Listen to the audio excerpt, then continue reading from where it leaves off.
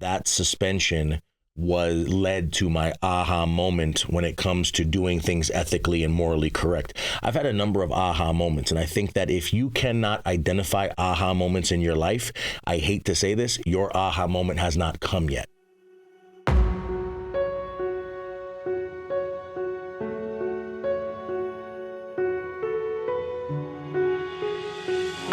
Hey, welcome back, everyone. My guest this time spent almost 20 years with the Long Beach Police Department, and he retired as a sergeant. As the intro alludes to, he had an aha moment in his career, and that moment not only caused him some professional, but also personal trauma. On the positive side, though, he used that and created his company, Why'd You Stop Me?, where he and his team are teaching not only law enforcement, but the community about positive police interactions and leadership. He definitely brings a lot of energy, so buckle your seatbelts for this one. Let's get into it. Here's episode 142 with Jason Lehman. Appreciate your time, bro. Yeah, bro. This. I mean, it's anytime I get to be on podcasts, it's an honor. And if you think about it, there's a bunch of people right now that you wouldn't want to interview.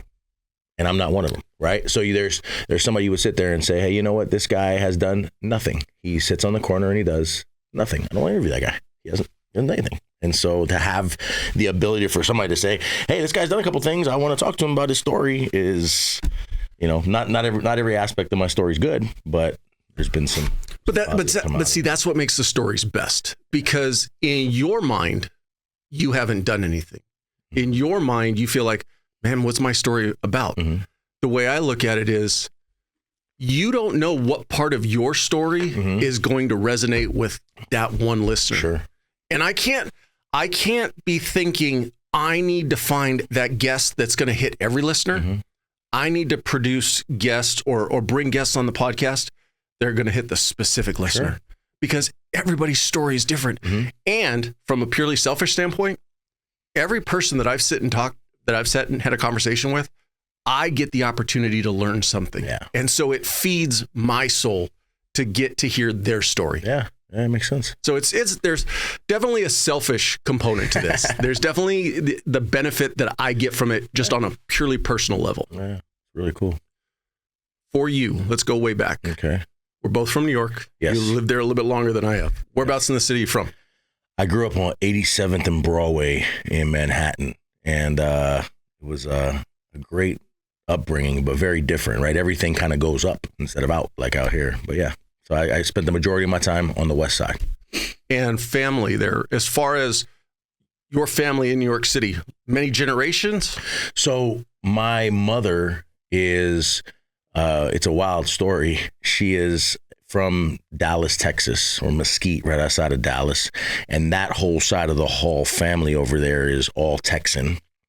My father is embedded in New York for a couple generations. So kind of a mixture of both. My mother got noticed in the rodeo riding wild broncs.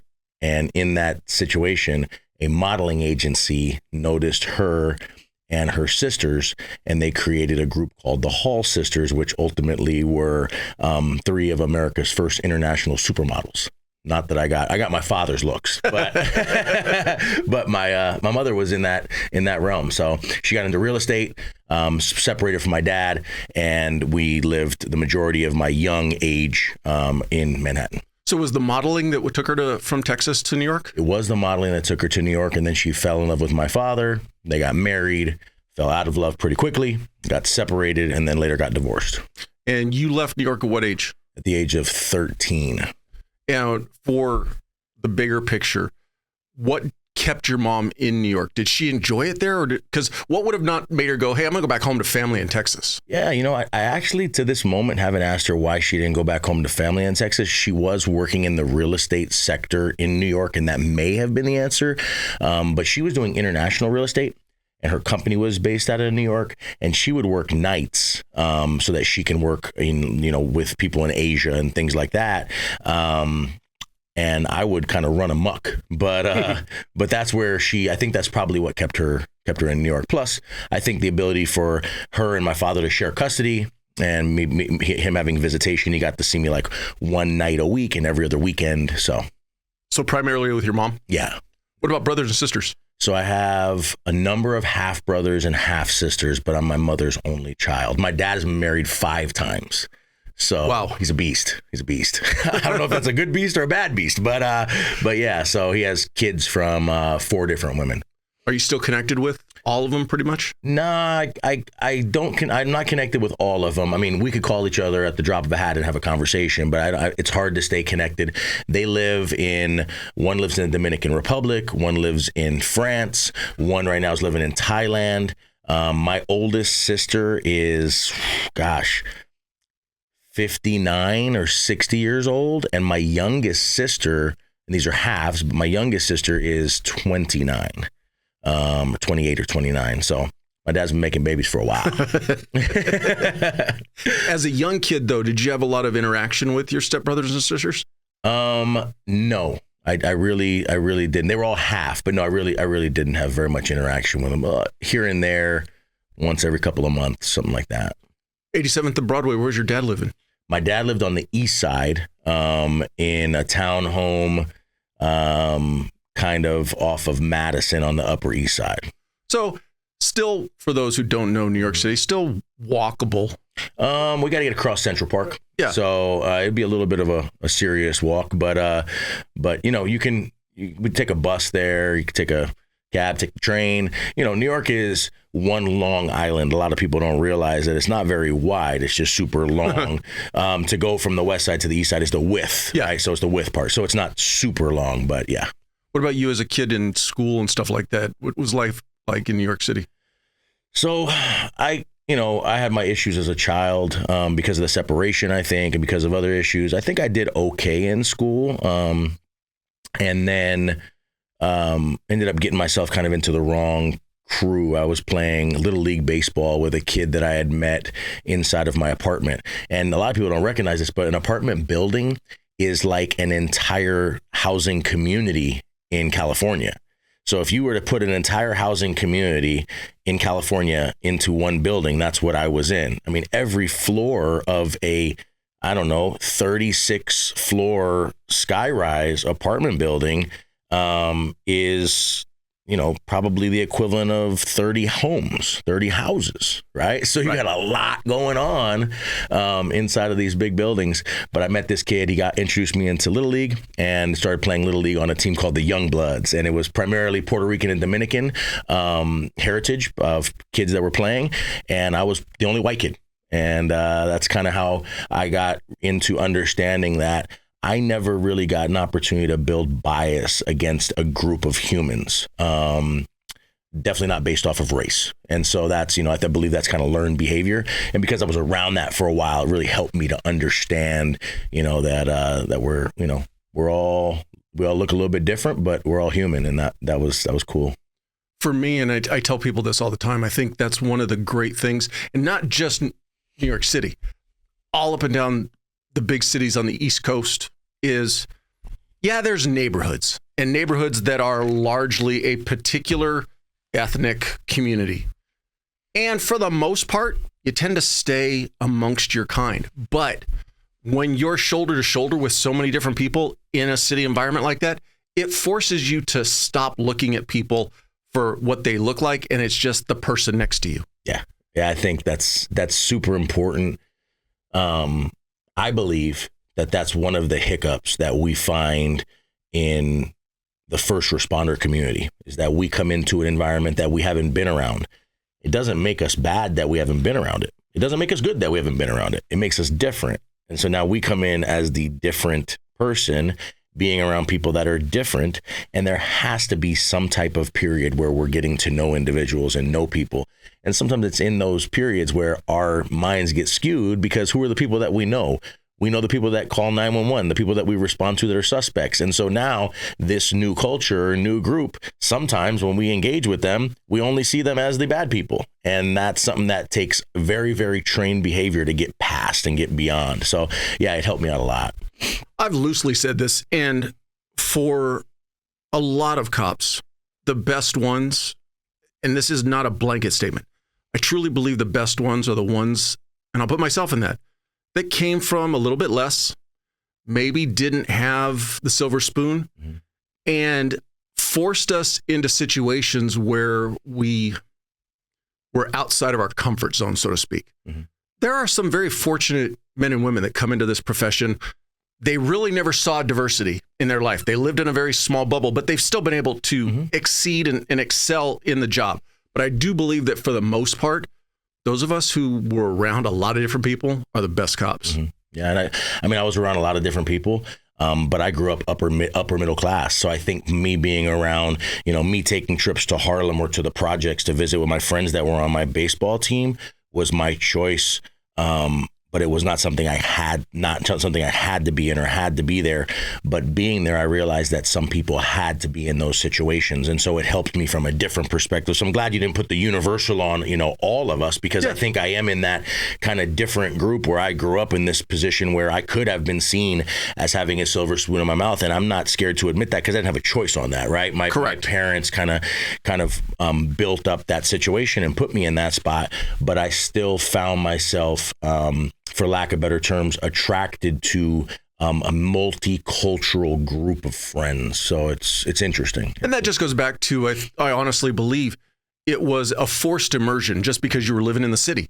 Yeah. There's no way you're going to coexist no matter what your social status is. And that's why I tell people all the time about using the subway system. That's what makes the subway so great, because you could be on the subway literally with a Fortune 500 CEO and a transient, and they're going to be right next to each other. Yep. What took your mom away from New York? So my mom was looking for a way to get me away from the bad influences that I had found that were around that baseball team. That baseball team really became my friend group, my friend set. And I had fallen into hanging out with a few of the wrong people. And, they kind of say you're a reflection of the 5 people that you hang out with, even as a youth. And so now I was doing some bad things. And ultimately, and I speak about this a lot during my public speaking engagements without giving too much detail, but I was arrested for attempted murder at the age of 13. And I was breaking bricks. So inside of the apartment complex, there are inside, like on the 4th story, there are playgrounds because the park is a little bit of a ways away. So they were building the playground set, and there were bricks that were loose as they were building this playground set. So we decided, as the mischievous kids we were, to not do the right thing and to break the bricks into smaller bricks so that we could now take those bricks and see who could be the first person to break the window across the street at the next apartment over. So all the way across. We're throwing these bricks and not thinking that the bricks were going to hit the building when they missed and go straight down to the sidewalk that was below. These bricks, one of these pieces of a brick had knocked a delivery person out, and it hit them and knocked them out. And it was me and 2 other kids, and the cop coming up the staircase, and the 2 other kids split, and the cop grabs me. And during that interaction, that cop was extremely aggressive with me. And I specifically remember that. I end up getting arrested, but because it was found to be an accident, I was a juvenile, there were no charges filed. My mother said, you know what? This is it. She had actually just met a jazz musician on a cruise ship, a guy named Magic John, who had the Magic John Blues Band, and she ends up marrying the guy. And Magic John, to this moment, is my stepfather. This is a guy that has like fires in the rain and calls himself an American Indian and wears, he's shirtless in the rain with war paint on his face at times. He's like, he's a normal human, but he has those moments where you're like, whoa, right? And he ended up raising me with my mom out in Glendale, California. Because she had met him and he lived out in Glendale, he ultimately pulled her and said, hey, come live with me, moved me away. And that's what got me away from New York, which was great for me. It was a great opportunity for me to leave. In your bio, you talk about having negative experiences with law enforcement. Is it just that one experience when you were a kid, or were there other things? There were others. I believe that policing in the past has been good and bad. Policing in right now, good and bad. Policing in the future, going to have good and bad. Policing in the past, from what I saw in New York, was a very aggressive style in my experience. But my experience was hanging around people that were making bad decisions. So why wouldn't I get a negative connotation of this, right? When I was stopped during that call when I was 13, the police officer had thrown me into a bush and a twig ruptured my eardrum. And luckily, there's no permanent damage or anything. But I thought about that and I thought, wow, this. I don't know if it has to be that aggressive. I really wasn't doing that much at that time. But obviously, the police officer's coming from a different perspective. Just saw somebody laid out on the ground, looking for somebody that's perceived to be violent, because you would think that maybe I was like standing on top of this super high ledge looking down at people, throwing them purposefully down, right? So, I just found out that kind of at that time, maybe I could do something different in law enforcement, but it wasn't always a calling for me to go into law enforcement. I had other ideas between, the age of 13 and, 24 when I got into law enforcement, or 23, 24 when I got into law enforcement. But it was interesting that those circumstances, they, even to this moment, they shape part of my mindset as to where we are in law enforcement. I think the key thing, though, that you hit on is, and I don't know what your stature was at 13 years old. You're a decent sized boy today. I don't know if you were already pretty big at that point. Mm-hmm. That factors in. Like you said, you got a cop coming into a situation who knows a very small piece of the puzzle, and they've got to address something. They just saw two kids split. 100%. Possibly armed, possibly dangerous, possibly going to get friends, right? Again, it's one of those things that we as a whole need to always step back and say, there's two sides to every story. Yeah. And I'm not in any way saying that what the officer did was right. I'm not in any way saying that what you did was right. Yeah. It's about dealing with a situation based on the information you have at the time. Sure. And to this moment, I don't know if what I did was right. I could go back and think about it. I wasn't, I'm not in a position to have a video of it.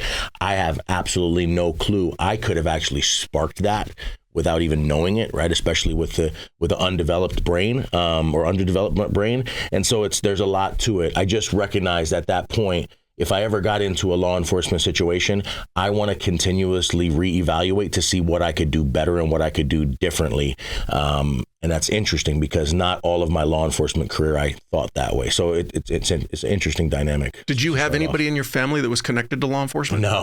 No, I didn't. Actually, I guess I found out after that my great-grandfather might have been, and my family has some ways to maybe embellish things. My great-grandfather may have been a part of starting the Texas Rangers. Oh, wow. So they showed me articles and everything. I was like, oh, wow, this is pretty cool. But that's about it. So you came out to California straight to Glendale? I came straight to Glendale, went to a small private school, and found the game of football and turned my life around. Not been playing football to that point?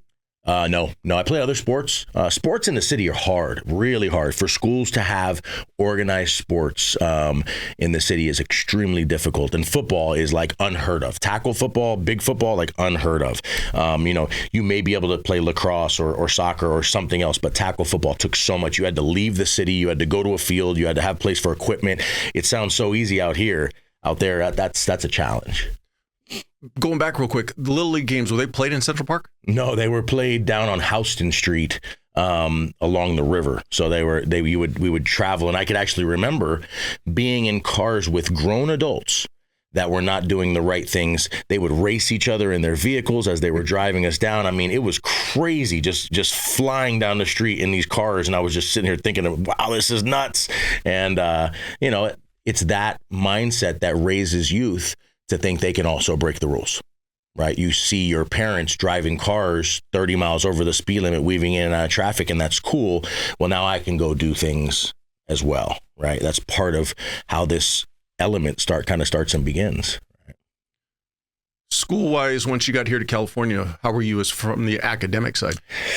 I don't think I was ever above a 3.0. I mean, I had this saying when I started playing football, C's earn degrees. And, I couldn't carry that into my bachelor's degrees or my master's degree. It's not going to work out. But that was kind of where I was at in high school. Never below a 2.0, but between kind of C's and B's through school. What were your aspirations coming out of high school? I wanted to play in the NFL. Yeah, I wanted to play in the National Football League. So I went out of high school, played high school football. My high school was so small, we had about 200 kids in the whole high school, 50 kids per class, and we had an 11-man football team. And we had 14. One year we had everybody played both ways. Right, and special teams. We had 14 guys on the team, 11-man football team, both ways. And I was just this big, lumpy, waddling guy, not very athletic, kind of developing into my body. And so from there, I went because I wanted to play in the NFL. And I knew the only opportunity I had was to go to a very, very, very small school, right? Division II, Division III football, which is still great, but I went to Cerritos Junior College, and that's where I started developing my football skill set, was at Cerritos Junior College. What ended up happening with your college career? I went to the University of South Florida on a full-ride scholarship. I loved it. Dreamed and aspirations of playing in the NFL, and there was no shot. It wasn't something that was going to be a great opportunity. I had a look from the Tampa Bay Buccaneers to try and make it, and it wasn't in the books. And what's interesting is, there was a guy named Monty Kiffin who pulled me aside one day, and he was the defensive coordinator at the time with the Bucs, and he was the director of new player relations. He pulls me aside and he says to me something that was so aggressive but so meaningful. He says, "Jay, I got to tell you something." I said, "What?" He said, "You will never play at the Buccaneers." I said, "Oh, okay." He said, "And you suck at this sport." I said, "Thanks, coach." He said, "I'm telling you this because I've had a few moments around you, and you have a very, very passionate way about yourself to where you want to make this happen. It's not going to. But now if you take that passion, you make something that can happen that's attainable, you're going to go a lot of places. You're going to go far." And, I didn't know the term then, but that's where I really started to believe in this term called failing forward. Some of us say that social workers use it, or it's a touchy-feely term, but I think it's true. I think you can fail forward and get closer to that next position. And that's ultimately what I did. I packed my bags up, no clue what I was going to do, and drove cross country back to California. I drove back to California because I was dating a woman in California at the time, and I didn't know where else to go. And I didn't know what I was going to do. I did not have a single clue what I was going to do. Even through college, you're supposed to prepare for a career. There was not much. But I did think about law enforcement because I got a degree in criminology. And so went back over to California, and that's kind of how college life ended, was getting kind of told I would never have a chance to play or never have a chance to live out this dream, right? But because it wasn't a goal and specific and measurable and attainable and all that, it was just a dream. I didn't have what it took. And what year was that? 2003 was 2004 was the transition. And the reason I say that is because the way you tell the story, somebody could listen to it and go, "Damn, Monty Kiffin's an asshole." No. But the thing is that I really think one of the things that's changed in our society today is sometimes you just need to hear the truth. And sometimes you need to hear the truth in an unsugared down, unwatered down way. Because like you said, he saw your passion. He saw that you were going to keep going 100 miles an hour at this dream, and you're never going to get there. And so to try to butter you up or soften up, like, "Man, just keep at it." That's a bullshit answer to give somebody, because you're never going to get there. Let me save you the time. And so that's why I want to kind of get an idea of the time frame, because I think that's one of the things that's changed in our society. Sure. There's being mean, and then there's just being honest. It's interesting. I get to go around and speak at, athletic teams, to football teams or basketball teams, or in high school and college settings every once in a while. And I ask the coach two questions when I meet with him. The first question I ask him is, are there players on your team that are never going to play? And the coaches are kind of taken back, like, it seems like such an obvious answer. And they're like, "Yeah." I'm like, "Okay. If they're never going to play at football, they're never going to play this sport, they're never going to get on the field, they're on the scout team forever, what do you think they're going to get out of this?" And a lot of the coaches are so caught up in winning sometimes, and they're starting 11 or they're starting 22 or whatever it is, they kind of struggle to think about that. And I think that in leadership, we should be thinking about it. And the second thing I ask is, if I go in and I ask your team next week when I go speak to them, or in 10 minutes when I go speak to them, how many leaders there are on the team, and I say, by show of hands, I want you to raise your hands, how many people on this team consider themselves a leader? There's coaches that normally will tell me 5 or 10, and I'm baffled, Because if you have a team of 105 guys, which a college football team carries 85 scholarships at the Division I level, and usually about 20 walk-ons. The walk-ons can modify, but it's 85 Division I scholarships. Why wouldn't you have 105 leaders? And it's because we haven't defined leadership. And part of leadership is telling somebody without sugarcoating, hey, if I don't tell you this, I'm gonna let you down. I don't want to let you down. You're not doing what it takes this year to get to where you need to go, or you don't have the ability anymore to play at this level, and I think you should stop. That's what I think we really should be working on as a society. Is we're so busy, and you've probably heard of this, we're so busy holding people accountable instead of owning things. We hold people accountable, hold others accountable, and we oftentimes hold others accountable with a compliment sandwich. Hey, Paul, you're doing great work. Life's great. Here you sucked, but oh man, you're amazing. And that, I don't know if that works for me. I don't know if that works for many people. And that's kind of the textbook right now, supervisory leadership, trained way of doing things in law enforcement. And so it's interesting. And I do believe, too, that there's a delicate balance in it. You've got a young man, a young woman, whatever, in a sports environment. Mm-hmm. If you're giving them all of the tools necessary and say, right now, you are below the standard to be able to perform. Mm-hmm.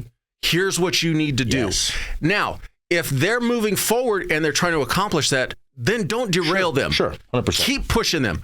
But if you've given them all of the tools, like in your case, when you encountered Monty Kiffin, you were basically at the end of your ride. Sure. And it was put up or shut up. That was it. And he's like, hey, bro, you don't have the skill set. And more importantly, you don't have the time to be able to try to go get better and then still be able to jump on this train. Mm-hmm. It's moving too fast. Mm-hmm. Yep. So there is that balance as a leader of seeing the potential in your people. But you're right. If there's a poor kid on that team who's got no chance of ever, I go back to the Rudy story. The Rudy story is so Rudiger. I love that. I love that. Yeah. There are so few people who have that potential opportunity. If you don't have the skill set, you're not jumping on the train. Okay, fine. You could keep coming out and be on the scout team just so you can, if you're just doing it because you want to be able to say you're on the team, but if you think that you're going to play, I need to be real with you and go, sorry, son. Yep. So that's that delicate balance. Sure. Yeah. And that's not a football balance. That's a leadership balance. Correct. That's everywhere, Correct. Right? But football is such a great representation of everything I've ever done in my life, because I've done nothing in my life without a team. There's not been a single thing I've done without a team, and when the team wins, right, we all kind of win, right? So it's interesting. Well, and it goes back to, like we were talking previously, the ability, I think, to thrive in a first responder, military veteran community, I think is definitely enhanced if you bring to the table that past team sport aspect in your life, because you understand the importance of not only your performance, but are you doing the best you can to enable the person to your right and to your left to do their best job? Mm-hmm. Or are they carrying your load? Yep. It's interesting. So the other intersection that I want to talk about with you is, you talked about you got your degree in criminology, but you also had a negative experience with law enforcement. Where did they come together and you went from negative to, whoa, now I want to go to the positive side of it? So I went from negative to even more negative. So I'm done with football. I had some great positive experiences in law enforcement at the University of South Florida. I did a summer internship with the Temple Terrace Police Department, which borders Tampa and has a lot of different types of issues in their city. And in that internship, I learned so much, and that was that time I was like, wow, this is really cool. Stopping you there, what draws you to that internship? Criminology offered it to me, and I wanted the excitement that I saw on Cops. Got it. Right? Like I wanted that. That was really all I knew about, was kind of, hey, what's on Cops? And I wanted to be able to see if these police officers were like the ones in New York. And so I got to be able to sit inside the car and just go on ride-alongs during this internship. And it's a very small agency, and there was nothing I did other than sit in the car. I didn't intern in homicide or learn about filing case. It wasn't like a traditional internship that might occur now. It was you sit in the car and listen and look and watch and ask questions, and your internship's done. Was it a glorified extended ride-along program? It was. That's what the internship was. And I think I wrote a 2-page paper at the end or something very basic like that. I guess where I'm trying to get to is, I think it would be very easy, based on your negative experiences with law enforcement, to want nothing to do with law enforcement, criminology, criminal justice. I guess where I'm looking for is what was the pivot point to go, okay, this is where I want to go. In junior college, somebody told me that administration of justice was a really easy degree. So I started administration. They lied to justice. Started administration of justice, got my AA in that. Got it. When I transferred, they asked me what I wanted to do. I said criminology. I'd already taken administration of justice. When I finished criminology, the end of it was I had an opportunity to take an internship or take a criminal law course. I don't think I was going to pass the criminal law course. Let's go on the internship. So I've seen cops, I've seen this. Let's see what it's all about. It wasn't true that I knew I wanted to be a cop at that time. Got it. Then from there, I don't know what I want to do in California. And what flipped the switch was, growing up, leaving college and being a college football player, there's a couple things that a lot of football players have in common. When they're young, they like bars and they like interacting with humans in social settings. So I wanted to go get a drink and I wanted to go be in a bar. And so I would go to a bar and have a drink. And so now I'm coaching football at Woodrow Wilson High School in Long Beach. I was asked to coach. On my drive back, 3 teams reached out to me. They had coaches that all coached me at some point. Hey, we're here. You're done. We want you to come help. So now I'm coaching the offensive line at Woodrow Wilson High School in the city of Long Beach. Great school. And after the football practice, we would go have a drink at the bar, this bar called the Annex. And we would go into this bar and it was just normal people having a drink, beer bar, 3 taps. We have a beer or 2, we leave. Now, me and my cousin who are also coaching, we decide late at night to go to the bar. We want to play shuffleboard, but he and I weren't drinking at the time. So we walk into this bar and ultimately end up getting into a bar fight. The bar fight that I get into ends up being with one of the sergeants of the Long Beach Police Department's gang unit. In plain clothes, a guy named Don D.C. Campbell. Big, huge, well-respected, strong man who comes into the bar and we get into the fight. And Paul, I'm not going to tell you who won the fight. But when that guy picks me up off the ground at the end of the fight, he mentors me through the process of going on ride-alongs. You had to read between the lines on who won the fight. Yeah. If you can't figure that out, you probably turn the podcast off. but this guy beats me up and ultimately picks me up, dusts me off, and I'm sitting in a park with him after 2 a.m. talking to him about police stories, and sitting in the back of his car having a beer, and I wasn't even supposed to be drinking. And he just, it's all these different things. And I'm sitting there talking to this guy and he's telling me these stories and like, hey, come on a ride along. And he had this voice, this command. Hey, Jason, come on, man. I'm going to show you. Come on a ride along. And we go on a ride along, and now I'm on a ride along with the sergeant of the gang unit. These guys are wearing jeans and raid jackets and only responding to violent crimes and shootings. I mean, within 3 hours, I was on scene of a shooting in this complex called the Springdales. And I was like, wow, this is interesting. This is a wild experience. But watching the teamwork on scene and seeing people actually get helped and seeing the power and strength that these officers had, that was it. I was hooked. The needle was in my arm. It was go time. At that point, I needed to be a police officer. And that's kind of how it turned around. Not that anybody has to get beaten up to go be a cop. I don't think that's a traditional route. I don't recommend that route. Not part of the onboarding process. It's kind of not part of what you need to do. But yeah, it was interesting.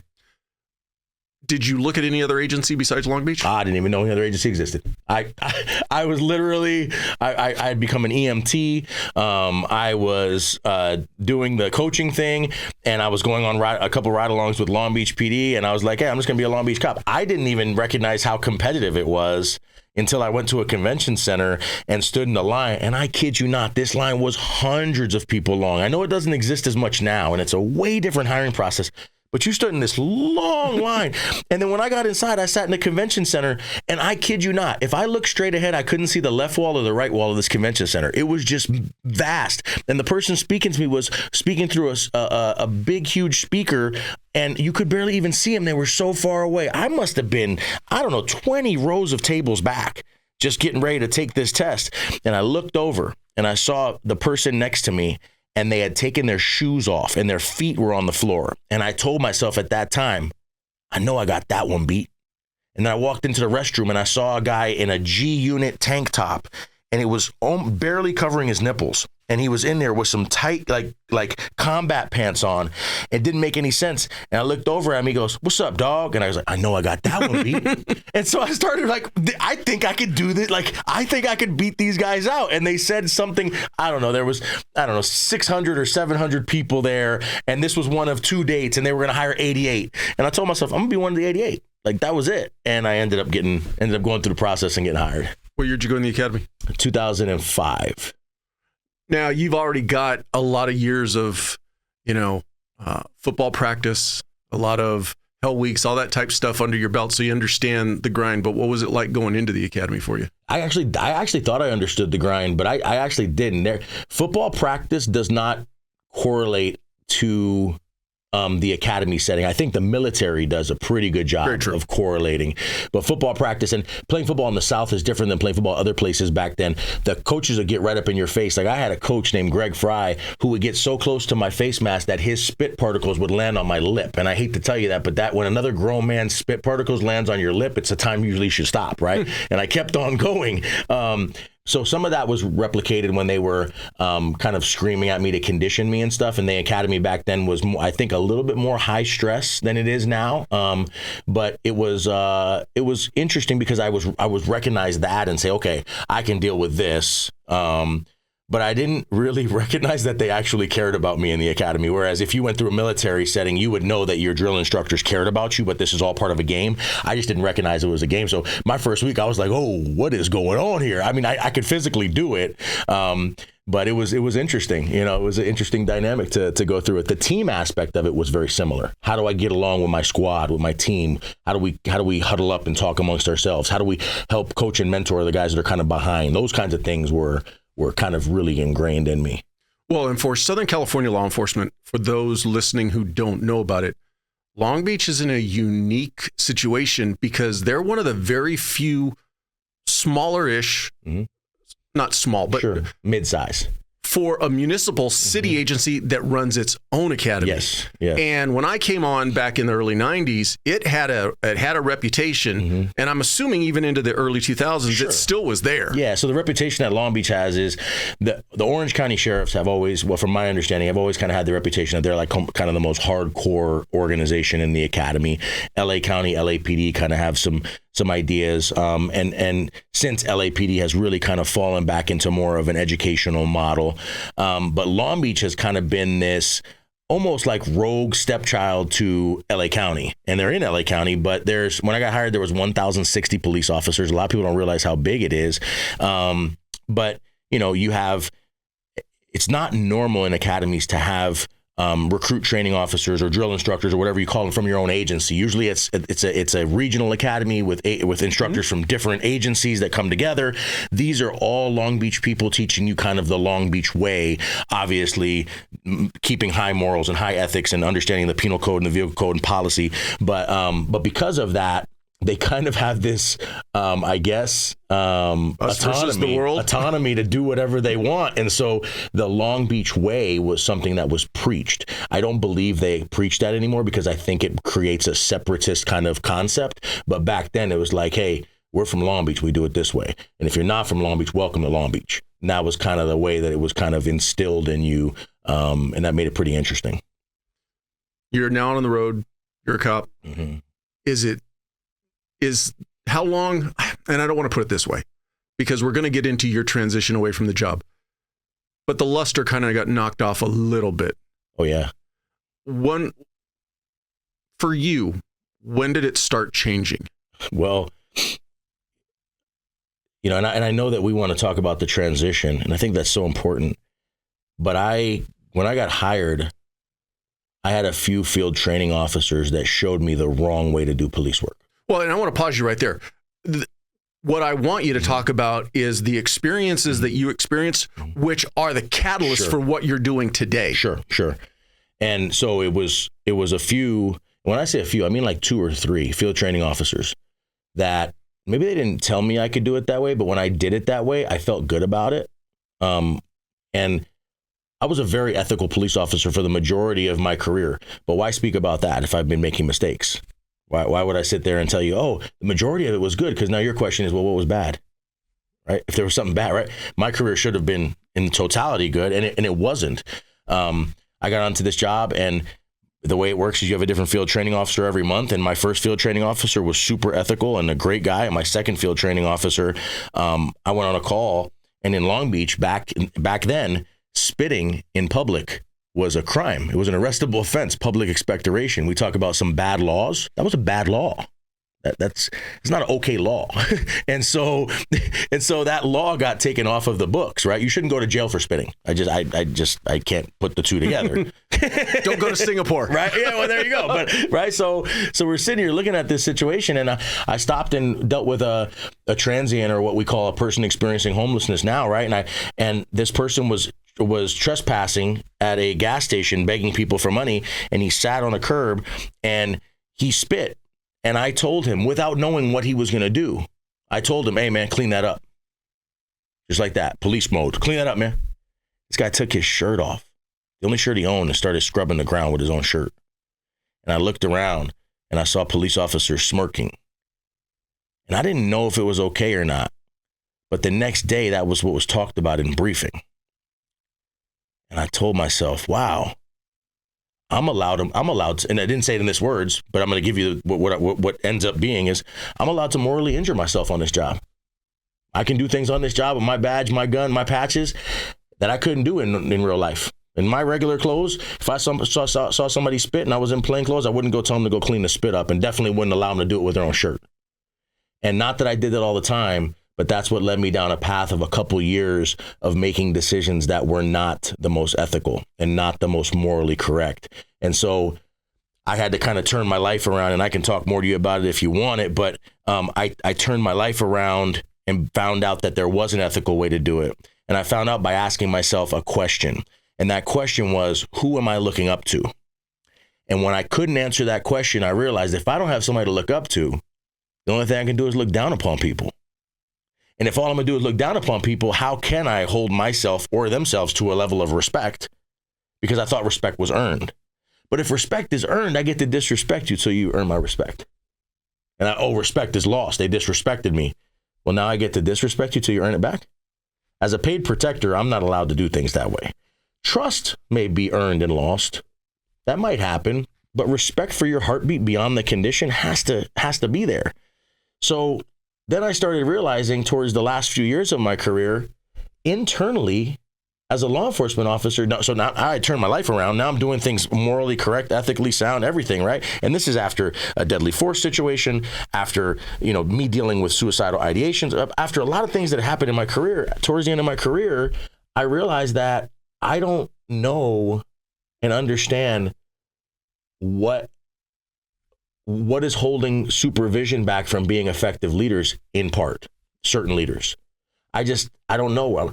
People are getting their feelings hurt a lot. We're eating our own. And the way that I look at eating our own is if I see you make a mistake, instead of me owning the fact that I haven't shown you how to do it differently, I'm going to blame you and hold you accountable right off the bat. And now that person feels like they're getting eaten. Wow, I hadn't been trained on that policy for 6 years, and now you're handing me a piece of paper and telling me I suck with this compliment sandwich. And so internally, those things started kind of trying to break down. I got into this position where I was the community engagement officer and doing great things. Then I take a test and I promote to sergeant, become a supervisory role. I start supervising people, and there was no more look to me to help with community engagement. I don't know if it was because I was a rank up or because of X, Y, or Z. It was like, hey, this guy's kind of gone, and now and so we should be looking in leadership and law enforcement at people's skills and helping them to develop those, looking at their weaknesses and helping them to get better at their weaknesses and kind of working those two together and valuing one another. But we're so busy trying to make stats or stay in our vehicle or not get fired or not get sued or not have the next riot that we have sometimes lost the internal familial structure where I could go to you and say, hey, I'm the father figure in this house. I messed this up. The last couple of years, the last chief, I was a part of that executive team. We could have done it better. We're here to do it better now. What do you need from me to do it better? Now, you're going to sit there and be like, I'll put my head through a wall for this guy because he's allowing me to influence him, right? Me being the subordinate leader, I'm allowed to feel like I can influence you. I believe we're missing some of that in certain aspects of law enforcement. And it is very, very, it is different from agency to agency. Not very different, but it's different from agency to agency. And so it's been unique with me making the transition out, because now my commitment is to help organizations to improve their leadership skill set so that those kinds of things don't happen internally. I mean, there's a lot of things that I feel I'm responsible for, but that's kind of where I got into this transition, is to make sure that I could have a 30,000 foot level on the 30,000 foot level of a police executive team, and being able to travel around and engage with more than, I have consulted for more than 100 police agencies to date, and it's just been full time about a 3-year period. And it's been an honor to do that. I'm definitely removed from days of being a trainee. And the one thing I will say, I don't care what police department you work for, and this may not be the popular opinion, every one of us going through training, everybody in that organization knows the good training officers and the bad training officers. And you talk about leadership, and leadership allows it to occur. I can't speak for today, 2024. It's been 30 plus years since I was riding with an FTO. What I will say, though, that I was very fortunate in taking that situation. Hey, man, clean that up. That's the right thing to tell him. Mm-hmm. But when he takes off his shirt to start cleaning it, that's where somebody senior needs to step in, and you may or may not like this answer. Hey, bro, I didn't ask you to take your shirt off to wipe that up. I asked you to clean it up. I'll get you towels to clean it up, but just take it down a little bit. And the best advice I remember hearing, and in conjunction, I'll piggyback this in a second. The best advice I always heard was, you always go up a ladder first before you come down. So when you're going to deal with somebody, start at the first rung and then move up. Don't start at the 5th rung and then all of a sudden, shit, I got to go backwards. Yep. And then I was very fortunate. We hear this verbal judo, and it got thrown around for years, but I got to go to one of George Thompson's class way back in the early 90s. Mm-hmm. And that was his thing. Just treat people with respect. Mm-hmm. And there's no problem if you go back to, if you want to use the analogy of a Monopoly game, the first roll of the dice, you can roll that first dice with, hey, bro, as opposed to, hey, fucker. Mm-hmm. Just something simple. That's right. And it's just one choice of a word. Mm-hmm. Now, there may be a situation, and the situation's going to dictate it. Mm-hmm. Guy's got a gun in his hand or something. I may not be as polite, mm-hmm. but not everybody's holding a gun in their hand. Sure. And it's that thing of police work's police work. It's going to be the same in 2024 as it is in 20,054, whatever the small nuances. It's police work. Mm-hmm. It's good guys and bad guys. Mm-hmm. Yep. It's just, how well do you apply the enforcement of the law? That's right. And when we think about it, if the person's holding a gun, a lot of the times what ends up happening is there's a higher level of fear. When there's a higher level of fear, muscle memory will take over faster, because we want to revert back and make a decision, right? Mm-hmm. We often have come up with this idea over the last, 15, 20 years of this term that gets defended in law enforcement called tactical cussing. And the way that tactical cussing is sometimes defined is, it's tactical for me to cuss at them because that's the wording that they were raised with. That's the environment they operate in, and that's how their friends speak to them. So if I say a cuss word, I'm going to trigger in their mind, oh, let me listen now because this officer is cussing. And I will pose this question, and I pose it every single time I consult with an organization when they talk to me about cussing. Here is the question. If a person is holding that gun, and your officers are being defended or we're defending our officers fully in cussing because it was a fear thing and because that's the way that person was communicated with earlier, have we ever thought that them being cussed at their whole life hasn't worked because they're standing here holding a gun? They were cussed at. They were cussed at their whole life, and they did not respond very well, because if they responded very well, they probably wouldn't be holding a gun in this situation right now. So what we do is we do what is normal for us in our brains in our personal life, and we carry that into work, and that's normal, and that should be defended.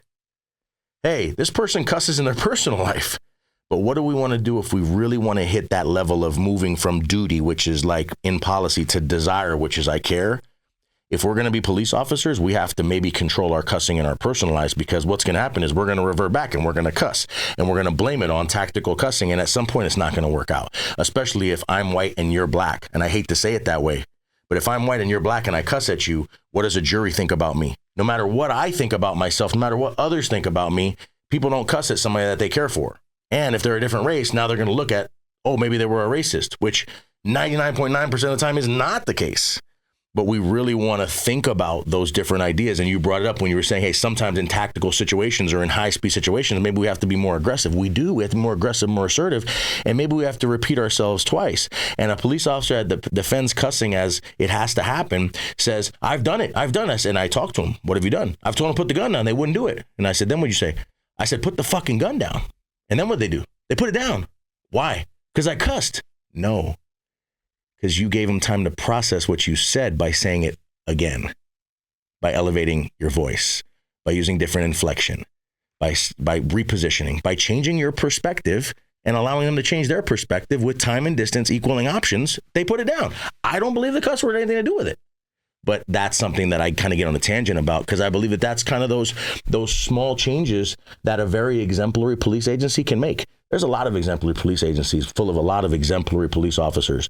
And so, sitting there talking about all the benefit and the positive and stuff, that helps. But again, I learned through my failures, and I want to help other people learn through their failures to be able to gain greater success. And to sit here and think that you and I could resolve this in one conversation is foolish.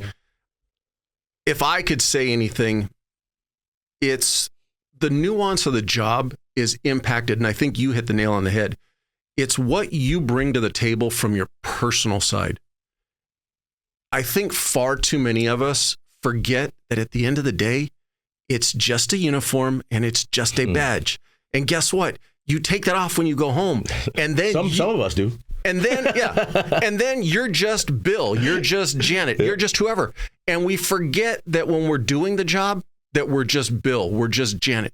Just be a person and treat them as a person. Let them dictate the situation. I'm not going to sit here and be the cussing police. Mm-hmm. If you feel that in that environment, in that situation, you need to cuss, you got to be able to justify it. Sure. And that's 100%. And I agree with you. If you're going to be able to justify the cussing, that's fine. But if you don't want to have to justify it, don't cuss. Right. It's as easy as that. Like, I'm okay with you not, but when an agency opens up a case on you because they want to defend their policy, which says professionalism is held to a high standard, we shouldn't get upset. We should sit there and say, okay, I got to defend the fact I cussed. I know I wasn't supposed to by policy, but there's a way for me to explain my way. It just shouldn't be something that we just sweep under the rug every time, because if you have a police officer that is cussing over and over and over again, only at a certain race, and they may not even be recognizing it, could there be a problem lying in wait? Sure. And so there's a lot of nuances to the conversation. And we could probably leave this part here. And I'm not saying that a police officer that cusses should immediately get reprimanded, in trouble, anything. I just have this stance that I think that cussing can become very dangerous for us. And what I don't want is cussing at somebody to, we've seen this, a modification to the Constitution, right? To impact policing. I think that we could have times where we don't use it as much, and that would help us to control the narrative and would help us to limit the fact that maybe the community, who has always set the rules for the police, doesn't have another time where they can sit there and create a limiting value on the police, saying maybe you can never cuss or something like that, which would really impact American law enforcement system. So just kind of thought processes that were in my head. Just one last point I want to put on it. I think what it is, and you alluded to the race issue. Mm-hmm. And in my head right now, I'm hearing Bill Burr's comedy point where he talks about how different races and where they put the ethnic slur in the sentence, and the problem with most Caucasians is they put the ethnic slur at the back end. And so that's the last thing that people remember. Where I'm going with this is it's not just the cussing. It's usually all of the extra words that come with the cussing that you don't even realize that you're saying, that I think gets us in a lot more trouble. Yeah. It's that pattern of. So back to your career, you made it to sergeant. I did. But you also had an incident where you kind of came under IA scrutiny for use of force. Yeah. How'd that impact you? Man, I I joined a small, high-speed team at a very, very, very young state of my career. I was on this team called Directed Enforcement, and it was at the time considered from the fast-paced, and I don't like this term too much, but the hard-charging cops. That was the team you wanted to be on. You wore jeans and a raid jacket, a unwritten kind of motto of kind of some of the group members was you showed up, you F things up, and you left. That was the way it went. You fixed problems, and you fixed problems the way they need to be fixed, right? Or the way you were shown that they should be fixed. And I got myself into a situation where a internal affairs case, one of many of my internal affairs cases. And when I say many, the voice inflection doesn't show that I'm not happy about that. I'm embarrassed about a number of those decisions. But one of those cases led me to a position where now I may get fired for something. And it was an allegation of excessive force under the color of authority. And I ended up getting suspended. And that suspension led to my aha moment when it comes to doing things ethically and morally correct. I've had a number of aha moments, and I think that if you cannot identify aha moments in your life, I hate to say this, your aha moment has not come yet. And a lot of people need to think about that statement.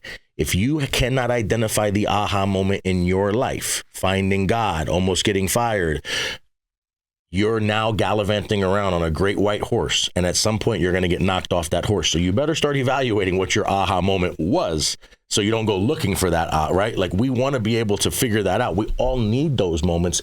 I just could have used mine a little bit differently, a little bit earlier, because I was, again, not knowing what my aha moment was until it hit me. We're going to take a quick break from the conversation. First, thank you for your continued support. Second, I appreciate the fact that you've made it to this point in the conversation, but I still need more help. If you would, if you're not already, please follow, subscribe on whatever platform you're getting the podcast. If you could leave me a rating, leave me a comment or a thumbs up. And last, if you could share this, either this episode or the podcast, with anybody that you think might benefit from it, I would greatly appreciate it. Thank you again. Let's get back into the conversation. So at the time, the deputy chief, I meet with him in the police officer Bill of Rights allows you a Skelly hearing. You get to have this hearing to try and get some of your time back. And so I meet with him and he says, you don't deserve to be a police officer. And that was right before I was going to serve my suspension. And that broke me. And he had an in-depth conversation, but one of the things he said that I'll never forget is, and it was a colorful conversation, and this guy doesn't cuss very much. He said, my daughter lives in this city, lives in my house. And he says, when you get a call and you're going to my daughter, to my house, someone's going to notify you it's my house. That's the way this works in this agency. They're going to give you a call and say, hey, heads up, here's where you're going. I just need you to do me one thing when you walk out this door. I said, what? If you start going towards my house, you realize it's my house, turn around and go the other way. Don't go near my family. And there was some colorful language used there, and I walked out of the house, out of that office. And for him to be able to tell me that, especially because this guy is a God-fearing individual, a loving and caring person, you know, whether his leadership skills were to par or not, I'm talking about the human being, a caring human being. And I realized that if I don't have something to look up to, the only thing I do is continue to look down upon people. And that's what I found myself doing as a law enforcement officer. Was I would show people respect as long as they treated me with respect. But once they treated me like an a-hole, I would treat them as such. I'm getting paid to seek out the conflict that the perceived a-holes in this community are creating. I don't want to be a cop and just hang out with people that respect and listen to me. What cop wants to do that? You're working in Mayberry. I want conflict. Every police officer that I know is like, I sign up to help. I sign up to chase bad guys. Well, bad guys that love and respect you and listen to you, they don't run from you. So how do you have that fun, right? Like, I hate to say that that's fun, but there is an aspect of excitement to doing it. And you can still do it within policy and right You can do it, in the right way, right? As God looked down upon me in my situation, I believe that I recognized at that time that I had to have something to look up to. And I created my hierarchy around that time where I said God's first and then family and then friends. And then after that, after all that is going to be work, right? And kind of have this hierarchy of what I'm going to do. And it helped me to develop a system. And that system over years created the spot and the position that I'm in now. But it was a position of overcoming adversity and getting into that. And that was ultimately before I got into some of the more dangerous spots in my career, both with suspects and ultimately me battling a fight against myself that led me into these spots. What point in your career, because you did ultimately 16 years? Yeah, 16 plus, a little bit more. This conversation with this deputy chief, how far in were you at that point? Just about 2.5 years in. Yeah, maybe 3 years. It was, I want to say that I know the date because it's messed up my Valentine's for a long time. It was February 14th of 2009. So February 14th of 2009 is when I walked out of his office, recognizing that I was going to serve this suspension and realizing that some things had to change. Now, did I make an immediate change? No, but I will tell you, and this is something that I speak about when I go and I engage leadership, I recognize then that I can't make deliberate big acts of misconduct because small acts of misconduct are going to happen in every business and they're still not okay. But there is a difference between something very small and something very big. I tell people, I was on my P's and Q's after that and realized that I could do smart policing and I could still be somebody that does great work, but I could leave out all of the other stuff. I just had to detach from my emotions. I just had to become emotionally intelligent. I just had to act on what I knew was right and not do what I knew was wrong because it was going to make me feel good at the time. That endorphin rush of being the big a-hole. That's who I was. I would get that endorphin rush. Let my friends show up and, I got really big, right? I'm 6'4" and north of, at that time I was less than 300 pounds, but I'm north of 300 pounds right now. And you might be looking at me like I'm overweight. And I'm just going to let you know something.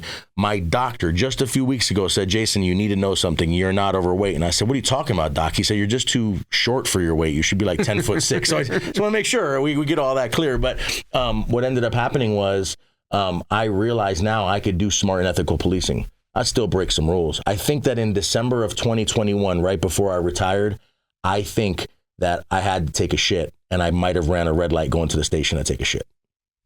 So I've done some things that are not okay. Small level stuff, but that was a huge turning point in my life. But the repercussions of what happened before impacted me for years after, because that moral injury sits in your head and it kind of sits like helium in a balloon. But the helium, until you create a system, you can't dissipate the helium. It just kind of sits there. Then you have to create this, resiliency system, a system of self-forgiveness, a couple of different systems, because you were impacted by those decisions later on. And as direct and as immediate as when you get home and you're supposed to have taken that uniform off and you're still acting like Officer Lehman. Right. And so it's important to think about all those things. For you, I don't want to ask this. You talked about how after having that conversation, maybe you didn't make immediate changes, but something that you said that stuck with me was you started realizing, and I'm paraphrasing. Sure. Let me enforce the law, not enforce my ego or my opinion. 100%. How was that for you to adjust to and tailor yourself to?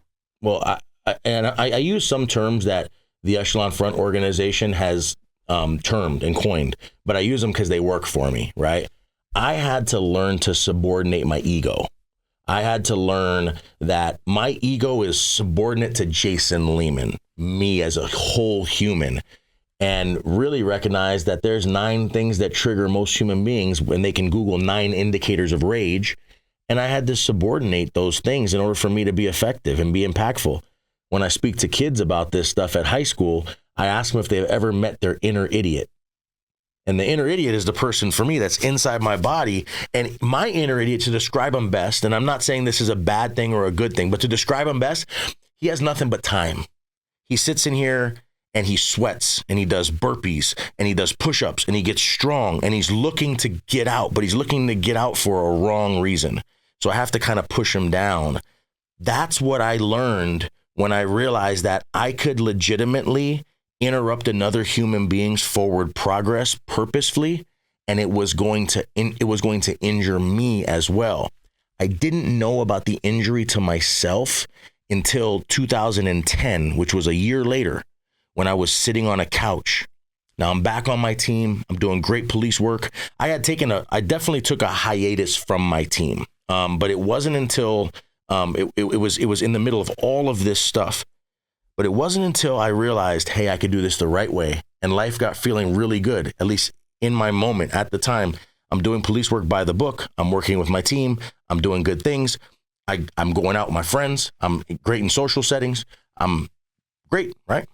And then I would go home and I would sit on my couch, and on probably about a dozen occasions in the year 2010, I would plan and plot how I was going to kill myself. And that's when I started recognizing that helium balloon in my head was filled up. And even though I was doing it right, even during this time, I was doing it, I guess, by the book. Right is very hard to explain, but by the book, right? And even beyond, I had stopped a person in 2007, and I'd arrested them, and I'd looked at their father, and I'd say, hey, and I'm embarrassed to say this, but your son's not making very, very good decisions. Now, I got to be honest with you and tell you this. Your son's probably not making very good decisions because you're an idiot and you're raising him. How embarrassing is that? It's so embarrassing for me to admit that I've had an opportunity to misuse the power and to tarnish the badge in that way. Because what does that person think about the police now? What does that person do with the police on the next contact? How do they interact with the police? How do they defend or hurt the police?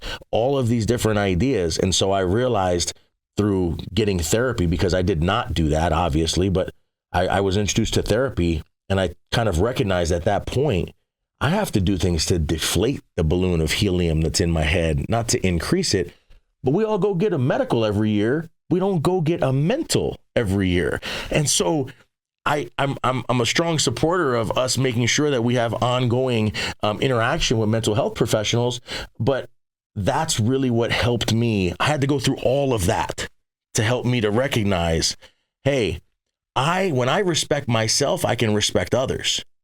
If I don't respect myself, and I'm going to let myself stoop to the level of somebody that may be cussing at me, high, under the influence, disrespectful, whatever.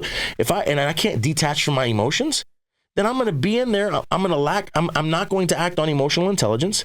I am going to let my emotions get to me, and I'm going to make an emotional, irrational decision. None of us have ever said, when I'm in the most irrational state, I make the best decisions. Right? Like that doesn't happen, right? And so a guy that I work with named Danny Ziem from Echelon Front, he says that every time he speaks. He says, do you make decisions when you're focused and you understand and you're ready for the decision? You make that decision better, or the decision when you're like, oh, that asshole cut me off, I'm ready to go. The decisions are going to be made differently. So I had to learn to get into the mode where I'm going to be responsive to people instead of reactionary to people. And that responsiveness is through training. So I started training on how to make sure I could control my emotions. And I do it pretty well most of the time. And if I do have a lapse, I let that lapse happen most of the time inside my own home and try and make sure that I have supportive people around me so that when I go back out and work with people, I can show and model behavior that is such. What was the catalyst to get you to go to therapy? It was really weird. I'm sitting on this couch in my own home. I owned a good sized home and no relationship at the time. I'm downstairs in the living room on a couch, and there is a semi-automatic handgun next to me on the couch.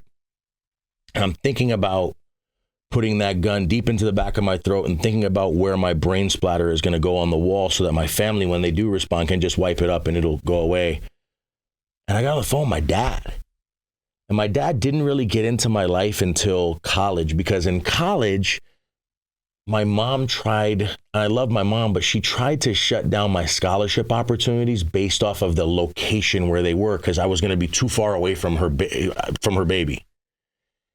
my dad called and said, I don't care where you go to school. The opportunity for you to have school paid for and play football is incredible, and I'll support you no matter what. And I was like, whoa, right? Well, I really respect the things my dad said. He's a man of few words, especially on the phone. When he sees me, we have conversation, but at the time that was maybe once a year or something. He said something to the extent of, hey, Jay, this world wouldn't be the same without you here. I don't know why he said it. I don't know what it was in the conversation. It wasn't like me telling him I was hurting. And at that point, I was like, wow, that's probably true. And I thought, I think I have a lot more to give this place. If I could just turn my mindset even more around, because I'm in the process of changing, right? I'm changing my mindset. And it was at that point that I called my primary care physician and asked if there was a therapist I could speak to. It had nothing to do with law enforcement therapy or anything else. I didn't tell anybody in law enforcement. I didn't reach out to my union. I didn't reach out to my peers. I didn't reach out to anybody. And I don't think I started speaking about this aspect of my life until about 2018. I actually took a week off for wellness to go on a little retreat and use sick time, and nobody knew. And I think that it's really important for us to recognize that when it comes to our wellness, that sometimes people don't have to know. But it's not okay. It's okay not to be okay. Like, that's super okay and super normal. It's not normal to go pull a dead baby out of a dumpster and be okay with it. Like, that's an abnormal response to a normal. I'm sorry. That's an abnormal response to an abnormal situation. A normal response is we should be sad. It should be hard, right? And I realized that it's just, although it's okay not to be okay, it's just not okay not to change your status, not to seek some support, not to maybe tell somebody, but you have to change something. You can't stay in that state, because the longer you stay in that state, the harder it's going to be. And so ultimately my dad, just with a sentence, pulled me out of it. But my dad was proactive in calling me. And that's always what I talk about with law enforcement systems right now is we are so busy setting up peer counseling and putting phone numbers all over the place so that somebody that's hurting can give them a call. But if they're hurting, they're not going to call very often. But what are we doing? What am I doing to come to Paul and be like, hey, Paul, how's things going at home? Not, are you okay? I don't need a yes, no. How are things going at home? Right? And it's incredible to be able to give somebody an open-ended question and create space and time for that, and just be able to come up. I can remember, at the end of this situation, this force situation, where ultimately somebody lost their life, which was horrific. My sergeant comes up to me and goes, hey, you're good, right? What am I supposed to say? Right? No, dumbass, I'm not. No, it's my boss. Of course. You said I'm good. You told me I'm good. Yeah, I'm good. Right? So it's something as simple as me making time for it. And in every business, we oftentimes don't make time for the human beings. We make time for the sale. We make time for the client. We make time for all these other things. But internally, we don't make time. Because if we're busy internally, we're not going to succeed out there in the field, right? We do have customers in law enforcement. We do have clients. We have a clientele. We do run a corporation in law enforcement, and we're getting closer and closer to that as we get moving forward.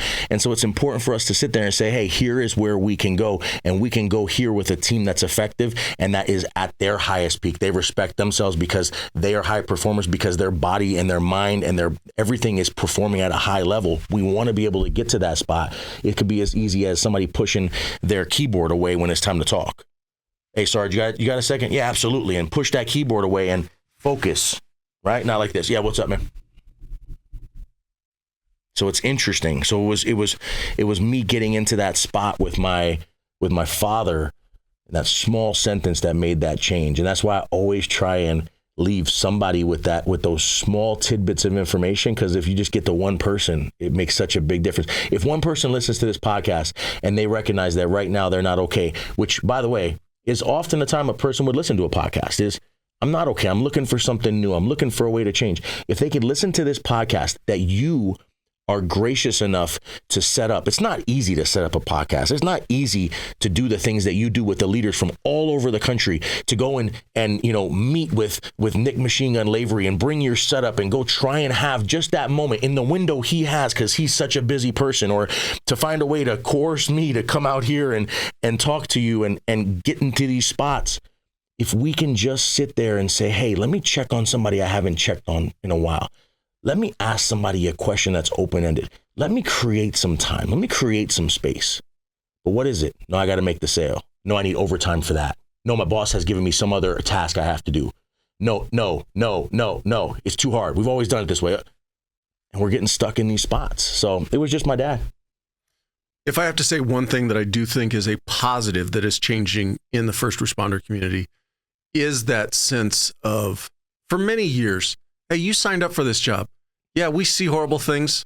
Deal with it. Move on. Because guess what? There's another 30 calls waiting for you. Yep.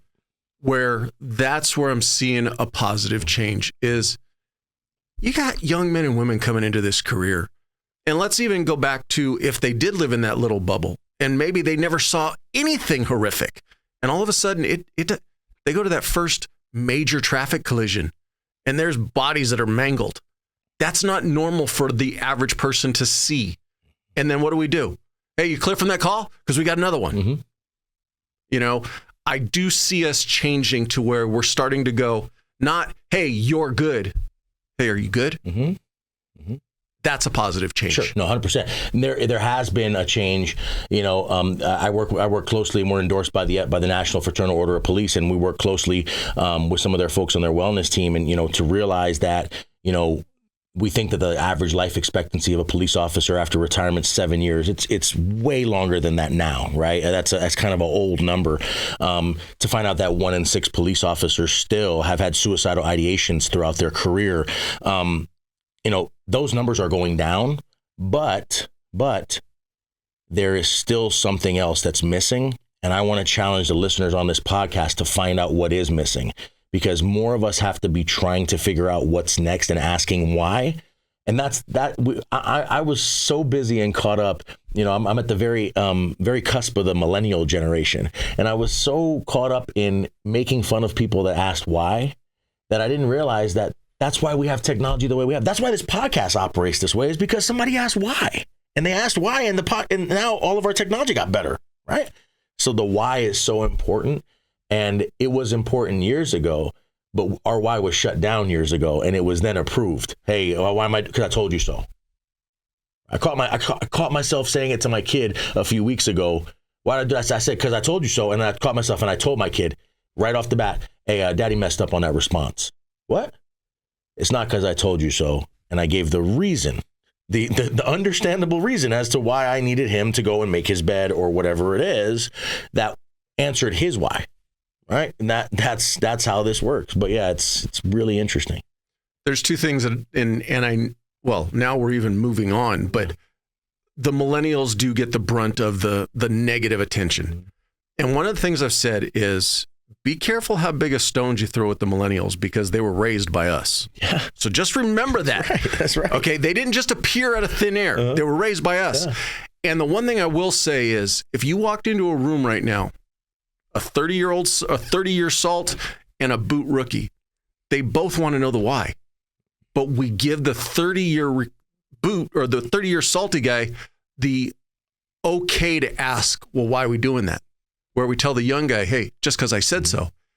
All a millennial is a 30-year guy who's got the confidence to ask now why we got to do it that way. I love that. That's all it is. I love that. Because there's no guy who's been on the job 20 or 30 years who you walk in and go, hey, we're going to do this. And if to them, it's like, it's not computing. Mm-hmm. It doesn't, they're going to, why are we doing that? And we go, okay, well, this is why. Whereas if they've got a year on the job, because I said so. Mm-hmm. Well, I'll add something to that. And tell me if this is true. You worked around law enforcement a lot longer than I ever have. There's a cop that works a 30-year career, and they're willing to ask why. They're always seeking to understand. They're doing it and doing it and doing it. And they have asked difficult questions for years, and now they're not scared to ask, what's the worst that could happen? I'm going to get an answer, right? And then there's a cop that's worked 1 year 30 times. They're not going to ask any questions. And that 1 year is going to get repeated over and over and over again. And that 1 year repetition started because we beat them down on year one. Internally, our culture told them, sit forward, shut your mouth, don't say anything. And they have not had the emotional intelligence or support to change to get back into the spot that got them hired in the first place, because most cops are not hired to be 1 year guys 30 years in a row. They're hired to get better, improve, seek leadership, go out there and make a change, go out there and be a protector. They did interviews very well. they interviewed well. They explained who they were. Their history is usually okay. So I think it's interesting because that adds to what you're saying is we have to make it okay earlier than we are right now for somebody to ask why, but it's incumbent upon the young people that ask why to understand how to do that, how to challenge up the chain of command, how to ask those questions, seek clarification, right? It's a lot different if I go, hey, Sarge, why are we doing that bullshit? Versus, hey, Sarge, I'm confused. Is there another way you could explain that to me? Right? Sarge, not only am I asking you for clarification, I'm actually allowing you to influence me. Because if I'm allowing you to influence me, then I get to influence you again, right? Influence on influence. And so it's important to think about those things in the way that we're doing all of this. There's some small, subtle changes that I really think that if we just took time to harp on, even a couple hour class in the academy, but we're so scared that we're going to show subordinate leaders how to overthrow us. That I'm scared that we don't know how to do that. There should be a class on how to ask your sergeant why you have to do something. Why are we not teaching that class? That should exist. It shouldn't just be because I told you so. Because I told you so, that sergeant's not going to have to go to court like that subordinate leader is when they have to go make that decision. But it's not going to work if I look at you and go, Sarge, can you explain that to me? Because you're not going to be the one in internal affairs when I go do it. You're not going to give me the answer now. You're going to be like, yeah, you're right. I'm not. So it's an interesting situation. And it's a weird, and I'll throw out the Echelon Front word, it's a weird dichotomy. Yeah. There are going to be times in a first responder environment, hey, go do A. Sure. I don't have the time to explain to you why. Sure. Just go do A. Sure. But on the flip side, you're going into briefing. Hey, team, we're going to implement a new pattern of practice, whatever it is. Instead of just shoving it down the throat, just do it. It's, hey, these are the reasons why we're doing it. Sure. You got questions? What do you want to clarify? And somebody asks that question, and then equally where a young person needs to have the confidence and the ability to ask the question, leadership needs to be able to take in that question and go, wait a minute, that's a damn good question. That's it. Let's write that down. Let me find an answer to that, because and I go back to that old joke, the two bulls. Hey, Dad, let's run down the hill. No, son, let's walk down the hill. Sure. It's just because somebody asks a question doesn't mean that you shouldn't take that question in and go, damn, that's a pretty damn good question. That's it. That's leadership, in my opinion. That is. My first search warrant ever, and I think this is a great story, but you can tell me, but my first search warrant ever was a search warrant with the gang unit. I was on training, and we all got to do specialized units, and I got picked to go work in the gang unit, and I'm working under Don D.C. Campbell. And the same guy that got me on a job. And we're executing a search warrant. And as we're executing the search warrant, I get a little choked up speaking about Don D.C. Campbell sometimes, because unfortunately a few years ago he died by suicide. And so we're in this search warrant situation. And when we're in this search warrant situation, they give me the ram. I'm going to be the ram. I'm going to take a battering ram through a door. And he looks at me and goes, Jason, you know how to do the ram, right? Yeah. Sure. Right? I mean, we got 9 guys that look like robots, right? I mean, everybody's big, and I'm like, okay, yeah, cool. So we walk up to the house. Please door open. Hit it. We walk up to the house, and I kid you not, I'm ram up, and 8:44 in California is knocking notice, right? You knock on the door, and it gives somebody ample amount of time to get to the door, which today is a reasonable amount, 45 seconds to a minute.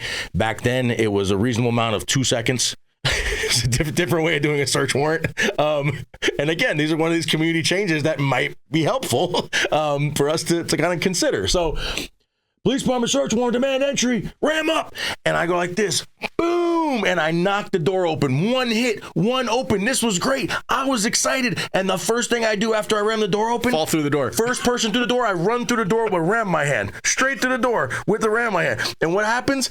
Immediately, I get pushed out of the way, and Don D.C. Campbell, the team leader, abandons his leadership role. He trusts his team. He abandons his role, pushes me over a couch, and starts like dry humping me. You stupid mother rap! You are so dumb. And he's like, it was like the weirdest situation of like, I really messed this up. But it's because I didn't understand that I could ask why. I didn't understand that I could say no. I haven't done that. Ego. That's right. Your ego prevented you from asking a question because you didn't want to look dumb in front of your team. That's right. But I look smart in front of my team when I ask, because somebody else is going, if I was a rookie, I'd ask. They're going, this guy's probably never rammed the door. He's probably going to mess it. I can't believe it. All these things that they're saying all come true when I get to that door. Yep. And I could have stopped that way back here, right? And had my aha moment here instead of my aha moment there. If you hadn't had your aha moment, it's probably coming. And so it's important to kind of think about all those different ideas when it comes down to it. But I know we're getting sidetracked. What? Getting back to it, and I want to stay on this point. Yeah. So therapy, going to it. You talked about how you called your primary physician. Mm-hmm. You didn't go through the POA. Yeah. That first session, did you take to it right away, or was it a struggle? I think that cultural competency is a big deal in therapy.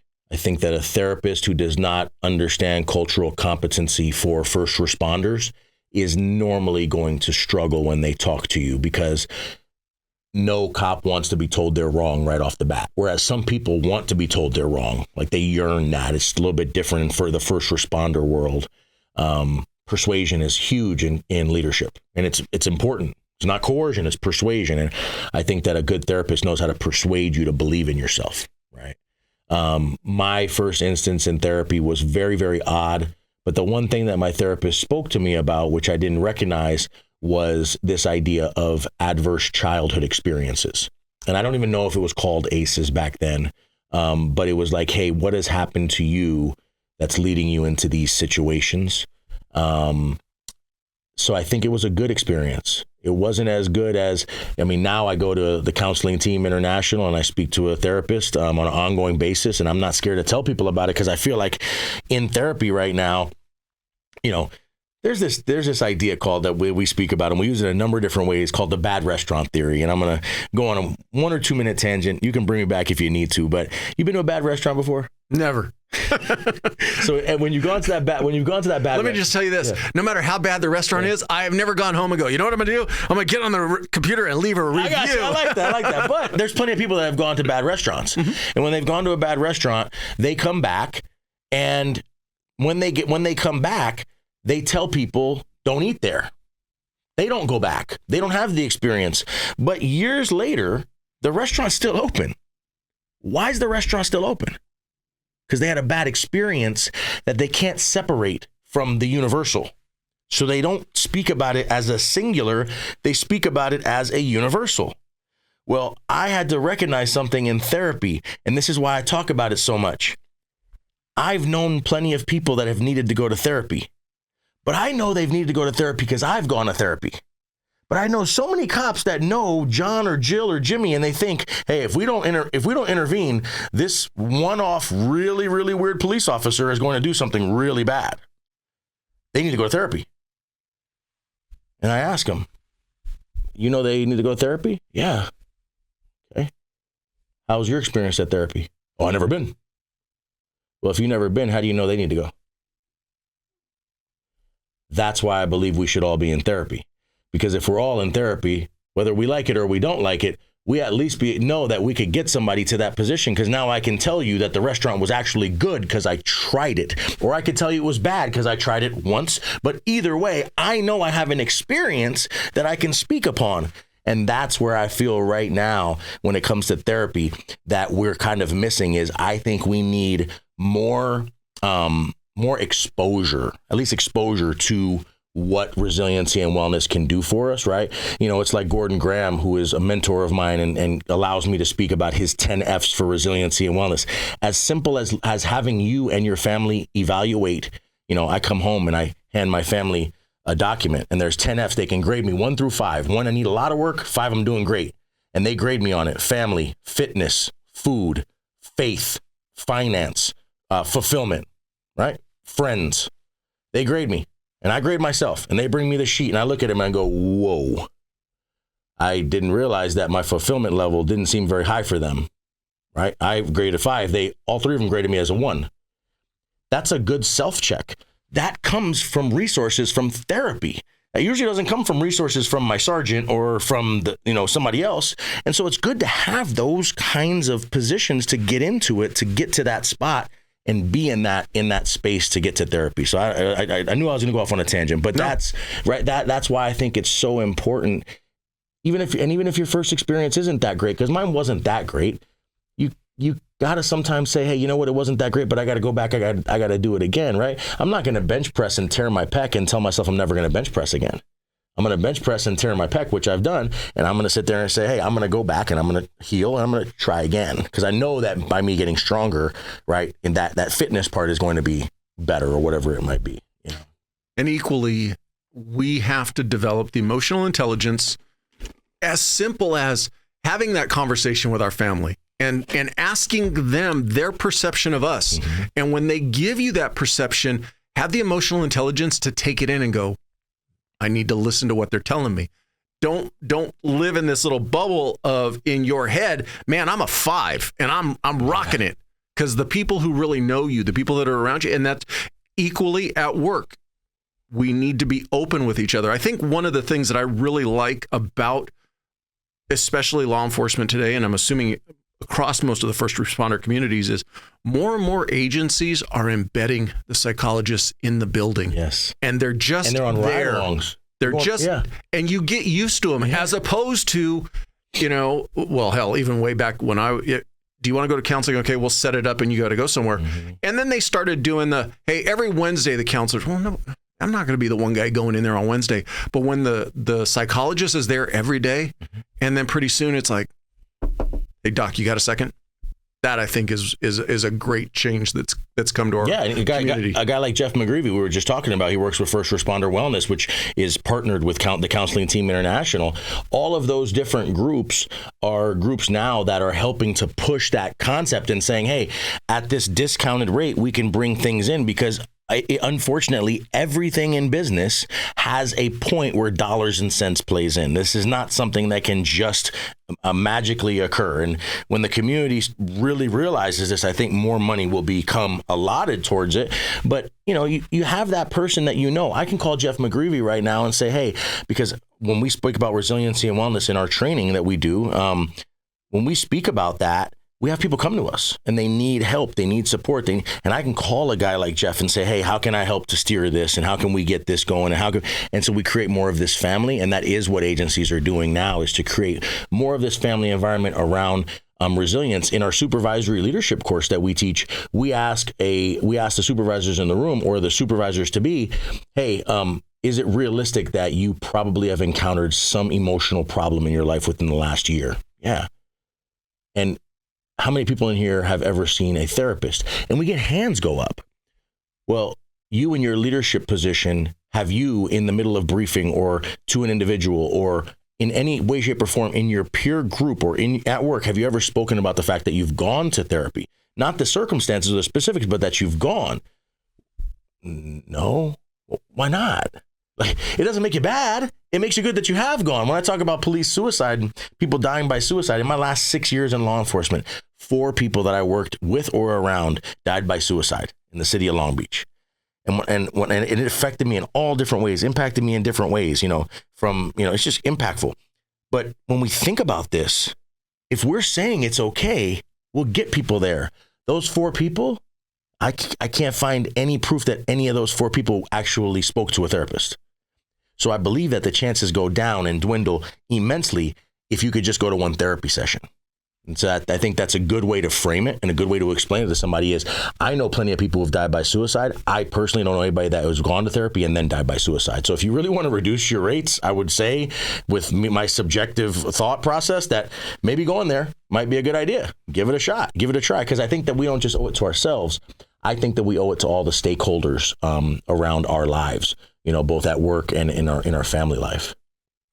Your tenets for what you put together and created your company today. Why'd you stop me? In your leadership training.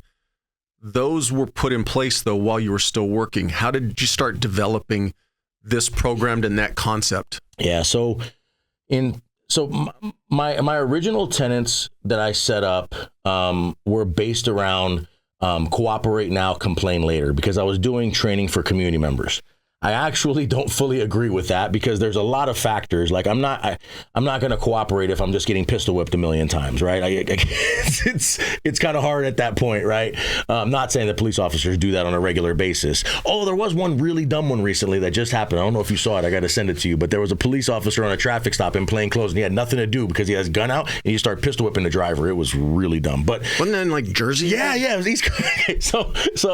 And you know what? You got to do what you got to do, but you didn't prepare very well, right? So it is what it is. The only thing that I will say to that is we don't have the whole video. No, you're right. I would like to know. I would like to know more of what led up. But yeah, me too. Yeah, that 30 seconds doesn't look good. Doesn't look good. Yes, right. That's right.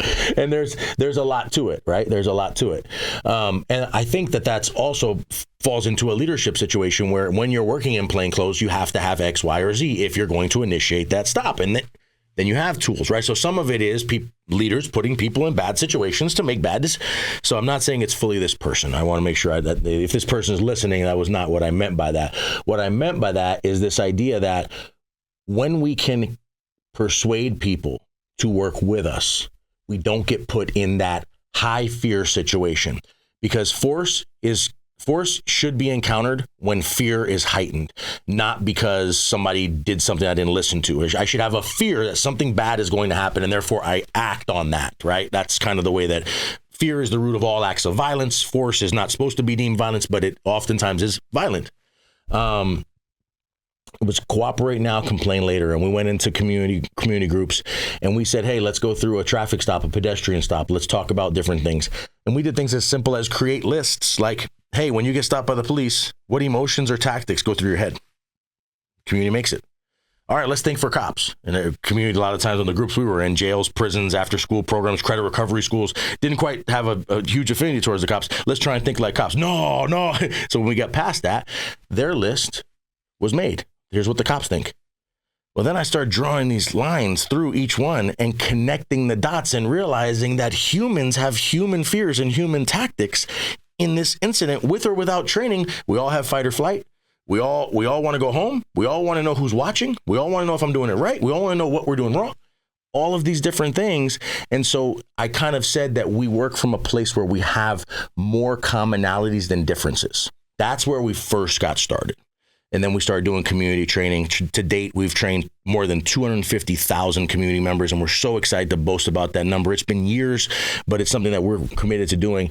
And then in about 2016, 2017, we really started spawning law enforcement training. And we took the 4 pillars of procedural justice, and we said, hey, how can we make those more palatable and more understanding? Those pillars are voice, neutrality, respect, and trust. But if you think about it, if I told you as a cop in cop training, hey, give people a voice, you'd say, thanks, Turbo. I'm not listening to you anymore. I already give people a voice, right? Second one is neutrality. Understand that you have to make sure that you're fair with everybody. Thanks, Turbo. Right? Respect. Understand cultural norm, right? So they were all different. So I spun them around and I said, hey, you know what? How can we change this to make it something that is a defensible system for me as a community member, or me as a police officer, or me as a Fortune 500 leader, Fortune 50 leader, to prove fairness and effective relationship building? That changes things. So now what I do is I say this table is stable because of 4 points of contact. And we have what we call the table of fairness and relationship building.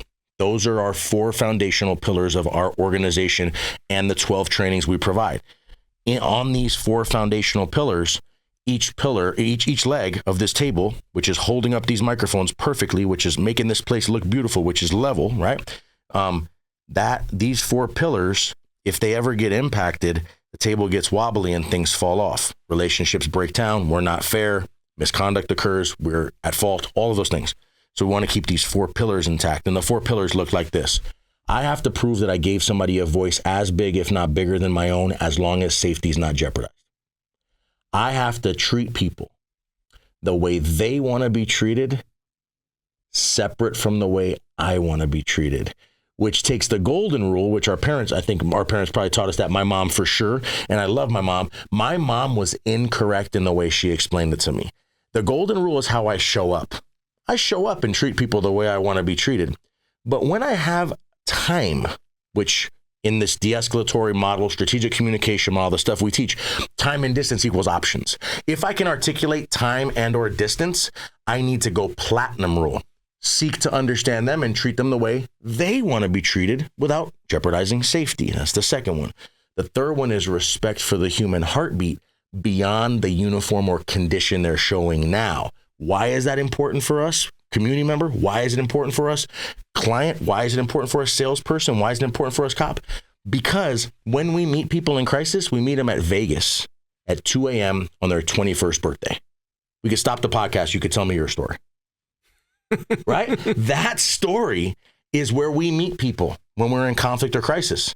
If I judged you on what you did in Vegas on your 21st birthday at 2 a.m., I probably wouldn't walk into this to this recording studio. You don't have value enough for me to be on your podcast because I'm judging you on that. We got to get beyond that. That's respect for the human heartbeat. Respect is not earned or broken down. Respect is given. It just is, because if respect is earned, I get to disrespect you till you show up and earn my respect. The fourth one and the fourth leg, and this is what makes the table stable, is trust using trust building systems that I can articulate. And trust to the extent that I know that trust needs to be deposited more so than withdrawn. So I have to make a deposit. I have to make sure I'm putting, Echelon Front calls it this leadership bank, equity into that leadership bank, right? I want to get that leadership equity, right? That's what Jocko and these guys are speaking about. For me, it's really conceptual is if I give you the ability to persuade me, the ability to influence me, which also comes with persuasion, but the ability to influence me at some point, then I'll be able to influence you. Even if I do have to tell you, go do that now. And there's no time for why. Because I've checked on you. I know about you, right? The best supervisors are the ones that meet with you every year. And the first thing they ask is, hey, I wanted to go over some of my ideas. Before we get started, how can I help you this year? That's trust building. I'm putting my head through a wall for that person. And when I say that, people think it's just a saying. I have put my head through walls. Like this head has gone through walls for people, right?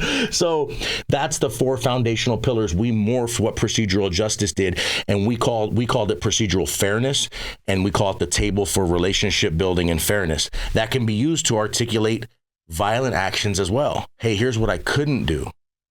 I couldn't give them a voice anymore. There was exigency. They were coming at me with a machete. I still had respect. I knew I could have built trust, but I didn't have time or distance. And so here's what I did. So you're able to use that in both ways. And we're using first responder stuff because we're talking about transitions out of this first responder world. But think about the impact we have on the corporate world with these ideas. These ideas translate directly to the corporate world. My boss is going to be more effective if my boss it lets me think I'm the boss. To an extent. Right. My ideas matter. My thoughts are important. Right. So we have this mutual idea where leadership goes all over the place. It goes up, it goes down, it goes across. It's not just this leadership that's just straight down where I feel like, right. What do they say? Shit trickles downhill. That doesn't make me feel good. How many bosses have I had that have said, hey, the lieutenant told me that I got to tell you this and shit trickles downhill. Sorry. What do I tell sergeants when I hear that now? You don't have a reason to be here. What? You don't have a reason to be a sergeant if you're going to come to me and tell me what the lieutenant told you to do. Why don't the lieutenant just tell me himself? You need to buy into what the lieutenant says. The lieutenant's words are in policy. They're ethical. They're morally just. You need to seek up the chain of command to understand why that supervisor is doing it. And then you need to own it as your thought. Hey, man, here's what I need you to do. Did the lieutenant tell you this? He did, but I agree. Here's what we're going to do. Right? Like, this is why. Right? Like those things are important. So those are our four foundational pillars: voice, neutrality, respect, and trust. And we shape them different depending on the groups that we speak to. But that's really where we're at with it. So it's just platinum rule operations. Platinum rule operations. And I like the terminology platinum rule. And as you mentioned, we all were raised with the golden rule. Do unto others as you want them to do to you. And that really is, I hate to say this, it's a wrong way of thinking. And it wouldn't work with our wives. Well, so that's exactly where I was going to go with this. I'm Italian. My wife will joke with me all the time. You don't have an inside voice. You think you're whispering, you're not. Me neither. And so, but the one thing that she taught me, which was a huge learning point for me, is, hey, baby, you're yelling at me. In my mind, I'm not yelling. Yeah. It doesn't matter what you think you're doing. Mm-hmm. I'm perceiving it as you're yelling at me. And that was the big aha moment for me. It's like, oh, it's not what you think you're giving to the person. It's how are they receiving what you're sending out. Right. And you may think that, hey, I'm being professional, but they're not coming across professionally. Right. So that's a big thing. And the other thing you've said a couple of times now, and this also applies to leadership. You talked about fear. A lot of our bad decisions are made at the line level because of fear. A lot of bad decisions at the leadership level are made because of fear, because they're afraid that they're going to lose their value. My position is my rank. It's my identity. Mm-hmm. I'm afraid of giving you anything that is going to perceive as taking this away from me. And so they want to put everything down your throat. Yeah, it's interesting. And not to get too deep into the transition out, I never thought I could speak to a police chief like a human being when I was working. I always thought that I speak to police chiefs like they're my equals, because I speak to officers like they're my equals, because I think that a lot of people are my equals. Like, hey, chief, here's the concept. Here's the call. Right. And if they say, hey, call me John, from then on out, I'm gonna call him John. All right, John, here's going. And it's interesting, but it's about recognizing I don't have a whisper either. Right. We just did a recording with Echelon Front at a training that we did with our extreme ownership and 21st century policing training. And I am loud, and they put me on a microphone at the group that was working with me, and their sound monitor walked away. Well, I'm not recognizing how loud I am, and then through the speakers, I'm loud. And so what does the feedback say on the surveys? The guy was screaming the whole time. Noah Anderson from Echelon Front is putting together a video right now, and he's probably thinking, "Ooh, this is loud. How do I turn this guy down?" Right? And again, that's something where I could have been more self-aware earlier. Right? I could have done that, but it doesn't change the fact that people thought I was loud. So I have to recognize that. You have to recognize when your wife says that and see if you can adjust. Because we can't just say it's because this is how I've always done it. It's because I'm an Italian from the East Coast. You can't say those things and just let that stand alone. Hey, maybe I can change a little bit. Hey, maybe I can do this, right? My wife came to me, and we're really buying into the extreme ownership principles at home. And my wife came to me this morning and said, hey, I'm trying to detach from an emotion I have, and I want to clarify something with you. And we talked about it, and it was very helpful for me to see her side of things when we were speaking, for her to tell me that. And then what did I want to do? My ego wanted to jump out and defend it. So what do? I subordinate my ego. I detach, which is what we're teaching our kids to do right now, is detach from their emotions, right? One of my kids a few days ago says, I said, hey, what are you going to do with this emotion? I'm going to detach from it, Daddy. I'm going to leave right there. I'm going to kick it away. I was like, all right, cool, man. This is awesome, right? So he's coming up with his own ideas, a little 7-year-old named Ashton. But it's helpful to live these principles. But there are a lot of systems out there. All I would ask people to do is, if you cannot explain what system you use for fairness, open a book. Buy into a system. It's not going to be the right system for everyone. I believe it is. I believe it's an unbeatable system, the system that we've created.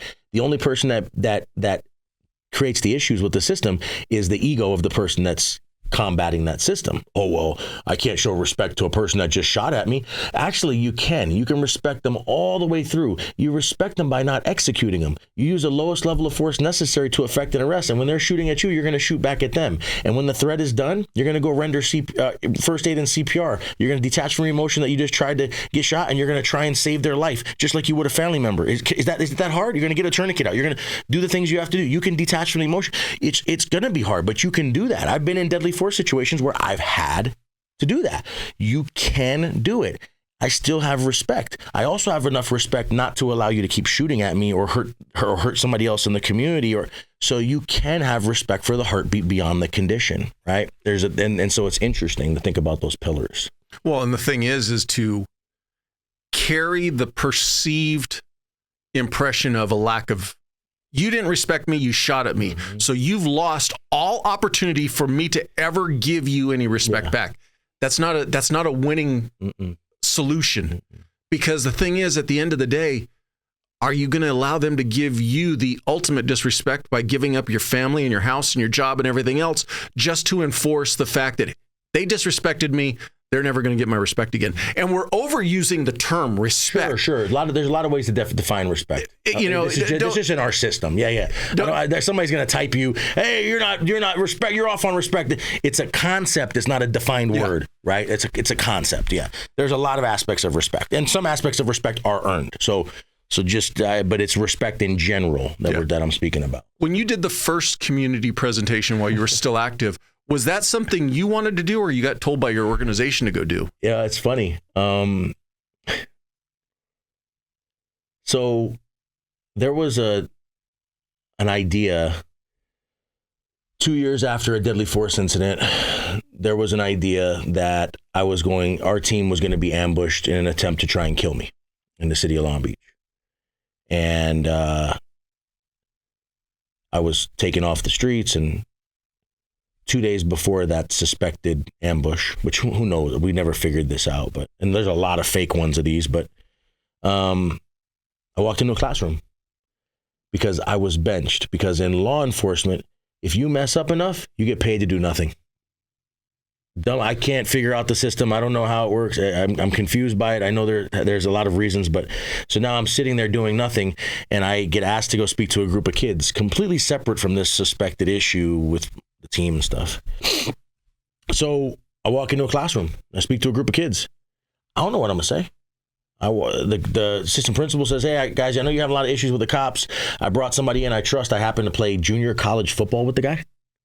And so he brought me in.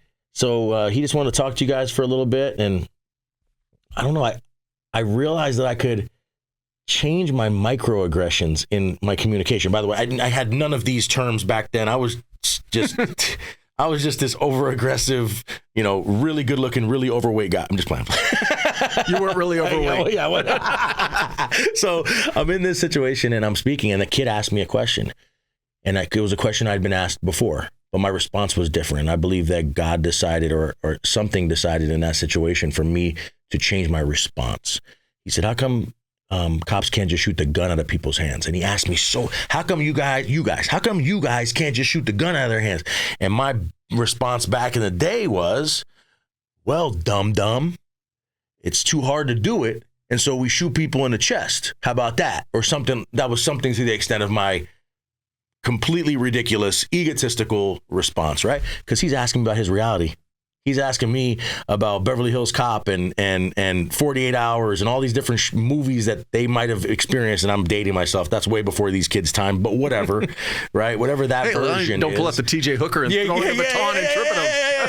Yeah. Although that might have been tried once and it's not a good thing. But I'm just saying. So in this situation, I looked at him and I detached from I didn't know I was doing it, but I detached from my emotion, and I didn't give him that look like you're dumb.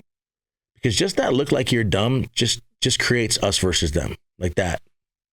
And that look like you're dumb happens on a lot of calls, even right now. Right now, hey, why you stop me? And now we go professional. But that look, it's piercing to the soul. It's piercing to the soul. It's like, you're an idiot, right? I detached from that. I took and I hope everybody tries this. So everything that we train and teach, anybody can steal it and run with it and go with it. We're very confident. We don't think it's gonna be done as well, but try it. Go out there and give it a shot. Get better. We want to help. I took a dry erase eraser, the erase from the dry erase, and I said, I just need you to shoot the gun on my hand right now. He's like, well, you gonna give me your gun? I'm like, no, I'm not gonna give you my gun. I need you to stand. And he stood about 5 feet from me, and I gave him the dry erase marker. And I said, this is going to be the bullet, and your hand is going to be the gun, and you're going to throw the bullet at me. So just consider you're going to throw the bullet at me, and you're going to be a lot more accurate because we're 5 feet away. You'd agree? Yeah. And it's a bigger bullet. You'd be more accurate. Yeah. So I said, all right, cool. So you're going to stand right there. All I'm going to do is ask you to just hit me with a bullet in my hand. Let's say I'm holding a gun. I'm not holding a gun. Let's say I'm holding a gun. And he's like, all right. And I went like this, just like this. And I waved my arm. And as I waved my arm up and down, he took it and he threw and he missed. Oh, I can do it. He goes back. He does it again. Missed. I said, don't worry. Here's what I want you to do now. I want you to be successful. I want you to be successful. I want you, because I am posing a threat so deadly that I could harm you or harm somebody else, I want you to hit me with this bullet. It's a horrific act if it has to happen. You're holding that bullet again. Hit me in the chest. And he said, all right. And I went like this. Well, my chest isn't moving, my arm is. And he throws it, it hits me right in the chest. And he goes, oh. And you could literally see the students go, oh, shit. Now, they're kids, they're not cussing, right? This is the podcast, and I'm cussing, so somebody that halfway fell asleep on the plane that's listening to it can now listen again. But that was incredible. It was mind-blowing to me, not to me. I was like, oh, this is incredible. I got like 40 kids, and this is the coolest. And it was this endorphin rush because I gave somebody something they didn't have, and I treated them the way they wanted to be treated. And I realized, wow, this is it. This is where it's at. And that's kind of what happened. And that's where that first class happened. There was more to the class. I think the timing might be an issue, but this kid that was in the class, at the end of the class, he changed my world by telling me 3 things. I walked out of the class. The assistant principal said, that's great. What's the name of your program? I said, Guns, Drugs, and Bad Guys. He said, that's not going to work. We got to get with your marketing agent. We still good or something changed here? Oh. Yeah, we're still good. Okay. He said, guns, drugs, and bad. I said, guns, drugs, and bad guys, right? And as that happened, he's like, you got to find something else, right? And this guy knew me, like, we're boys. I'm like, all right, you know what? They always want to know why they got stopped. So call it Why'd You Stop Me? And that's how Why'd You Stop Me got created. And I never wanted to do it again. And about a few weeks goes by, and I get introduced to somebody else, and that person brings me into a school meeting with the Long Beach Unified School District's Gang Reduction, Intervention, and Prevention, GRIP group. And in that GRIP group, there's about 30 people, and they all introduce themselves. I'm in the middle, sitting next to this vice principal. His name was Matt Saldana from Beach High School, and we're sitting here, and I introduce myself, and I do the typical introduction, Jason Lehman, Long Beach PD, like, right? Which, by the way, doesn't say a thing about you being a human. So if you ever have an opportunity to introduce yourself, like, a little more is usually good, especially in these settings. And then the guy leading it, a guy named Eric Miller, who wound up being on our board of directors for the nonprofit and is now on the board of directors at Long Beach Unified School District. He says, and now we're going to have our presentation on Why'd You Stop Me by Jason Lehman. I was just attending a meeting. Ready, go. And this guy goes, you got it, man. Don't worry. And I said, excuse me, how long am I speaking for? I'm trying to stay confident. He's 20 minutes. Let's go. So I stand up, right? I mean, that's where football comes into play. Hey, I got put on the field. I got to run the play. So I'm gonna go out there. I'm gonna run the play to the best of my ability. I go out there, and a lady named Claudette Parker Powers comes up to me, and she says, Officer Lehman, I want to be a part of anything that you're doing. And I know that you probably have not done this much because of what I heard from you, but I want to get you into a school, and I want to get going. And that was the first Black administrator in the Paramount Unified School District ever to be in that Paramount Unified School District. And she ended up being my first partner at Why'd You Stop Me? And she came in and spoke to the kids in 2013. She passed away, but we created a Power for Power scholarship in Long Beach to honor her. And her biggest contribution to Why'd You Stop Me? There was a ton, but her biggest contribution is at the end of my speaking engagement with 20 kids at the 10th grade level or whatever, or the 9th grade level, she would pull me aside and she'd say, okay, Officer Lehman, are you ready? And I'd say, yes, Miss Claudette. Okay, you can never say this again. And that you can't say again to a kid. This is criminal, whatever you... So she gave me all of these things I shouldn't be saying, but it was so helpful because I learned that sometimes if I take the cop culture, cop lingo into training community members, it sounds like me teaching somebody what they want, what I want them to know. And so now we partnered up. And so the first training led to all of this, which now we train police officer, typically police officer, leader, and community member together to team teach a credible message of peace, which is the way our training works now. So I'm completely shocked that the very first iteration, the very first version wasn't the perfect version. Yeah, I'm sure. You are. Yeah. You know me beyond the podcast. I'm pretty sure you're not shocked. But yeah. For sure. We're good, right? Yeah. Okay, cool. All right. Just want to make sure. It's the backup recording, so we're good. All right, good. Putting the hat on now of businessman and somebody that created a concept, created a product, and then took the leap of faith and said, I'm going to walk away from my first responder career and I'm going to make this my new mission, my new life. What advice do you have for somebody who's got that concept rattling in their head and putting it into play? Well, so just to in order to come from a place of why I think I can give some type of advice, the mission that I have at Why'd You Stop Me, the mission, there's a nonprofit section called Why'd You Stop Me, a for-profit section called Chapter 2 Consulting. There's a couple different places, but I think the big thing is I have a mission of moving leadership from duty to desire. And that means that if somebody wants to leave law enforcement, their desire to do something bigger has to be bigger than their desire to leave. I just wholeheartedly feel that. I feel you need to have a desire to do what's next that's bigger than your desire to want to leave. Because in any relationship, in any situation in our life, the things that we benefit from are the things that are hard. So if you're in tough times right now in law enforcement, it might be worth trying to work through it a little bit. Unless you have some other type of desire to do something. My desire to spend time with my family might be bigger than my desire to want to leave law enforcement. And that could be very helpful. In that situation, I think that what you really want to be able to be ready to do, and it sounds such like a ninth grade dating scenario, but make a list of pros and cons. Make that list of pros and cons. What is it that I'm in? What is it that I'm going to be going to? Because people are asking me all the time, when do I retire? How do I retire? People say that I've retired, and police officers in California get upset. You're not 50 yet. You didn't retire. No, I retired. I deferred my retirement. I retired out of that law enforcement career, but I can call myself a former law enforcement officer if it makes your ego feel better. Sorry, I missed 7 years. Maybe you did it better than me. I don't know. Right? Whatever it is. But, when you're deciding to make that, and it is kind of a leap of faith, right? I just spoke to a young man about this who moved out to Florida. He's doing great in some real estate stuff, just within the last few months, he's made that leap. You really have to know, I'm going to succeed. It's going to be hard, but I'm going to succeed. And you have to be able to know that finances are in place before you leave. A lot of people leave law enforcement to get their finances straight. Come on. That's not where we're not in a good spot if we're not already. If you decide, hey, I'm gonna create an exit strategy, right? Which my exit strategy started probably 4 to 6 months before I left, and I didn't even know it until a couple of for-profit corporations came to me and said, hey, we want you to help, but you don't have time right now. And I was like, all right, well, let me figure out what this looks like. And then I started speaking to my board. I started speaking to, look at what opportunities I have to work, right?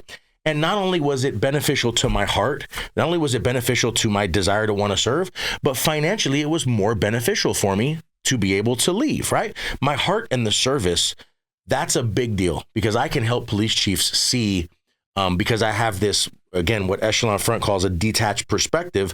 I have this detached perspective. We walked into a fire department recently, and me and Danny Ziem from Echelon Front, within a matter of minutes, from a detached perspective, we sat there and we were able to create and help them with this business plan of reimplementation of trust into their agency, right? Because we could see that.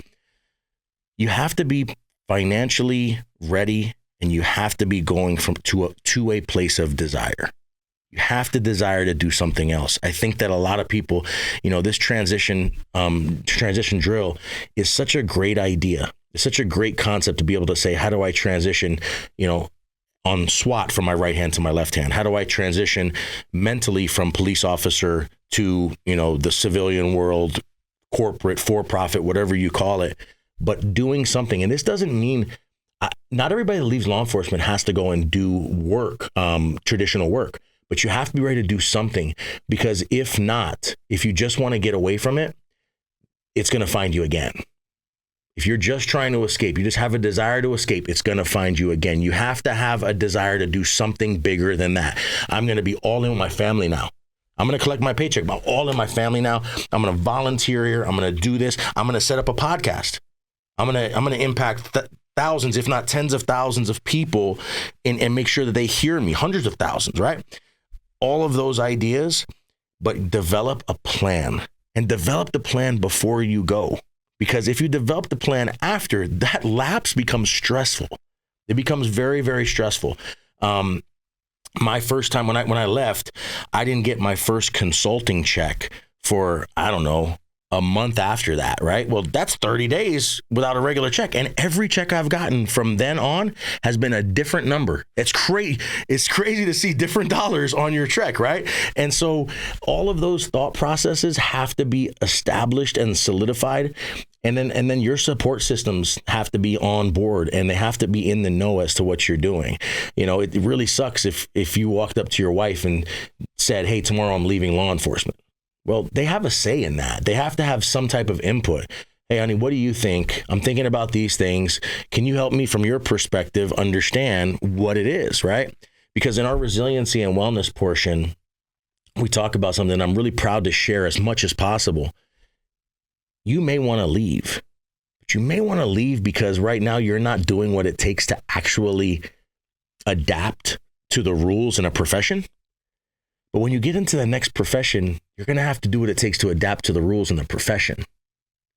We get so much power in being defended by a union sometimes, or being defended by tenure or whatever it might be, that sometimes we just think the grass is going to be greener on the other side. Well, you still have to cultivate that yard. You still have to water that grass. You still have to feed that grass, give it sunlight. You're going to have to do that in that next profession of whatever it might be, right? As I'm starting to write my book right now, it's not easy. It's more challenging, right? In certain ways, but I have to desire to do that, right? I think that you establish your list, pros and cons. You look at your finances, get those in line, and then you establish a plan of implementation, setting timelines, setting measurables, setting goals, whether you get there or not, because you can still not get there and continue to fail forward. And you get to those positions, and then you just continue to monitor and evaluate. One thing I would say for independent contractors is when you are working in a 1099 status, you are only getting about 67% of every dollar that comes in. And a lot of people may hear Jason makes X amount of dollars, right? I make decent money. But if you hear that, you're only getting a certain percentage of that. And there are a lot more costs. Factoring in healthcare. Healthcare could be $3,000 a month for certain types of insurance for families. I mean, there's a lot of different factors that go into it to think about. So really getting all of those things put together, and it's not hard. It's not super hard and it's not super long. It's something that if you take the Kaizen approach to it, just small integral motions. Like for me, I want to take a 2% growth every single day, right? I don't know if I'm going to get there. And I say 2% because every book says 1%. Why can't we say 2%? So I want to get that 2% growth. So I think that that's really important. And the bottom line is, if somebody's thinking about doing it and they have nobody to talk to, Paul, I want them to reach out to me. I don't even need to know them. I want them to call Jason Lehman. I want to give them my information and I want them to call. I spoke to a 37-year police officer just a few weeks ago. And I have so many success stories just within these few weeks of this police officer.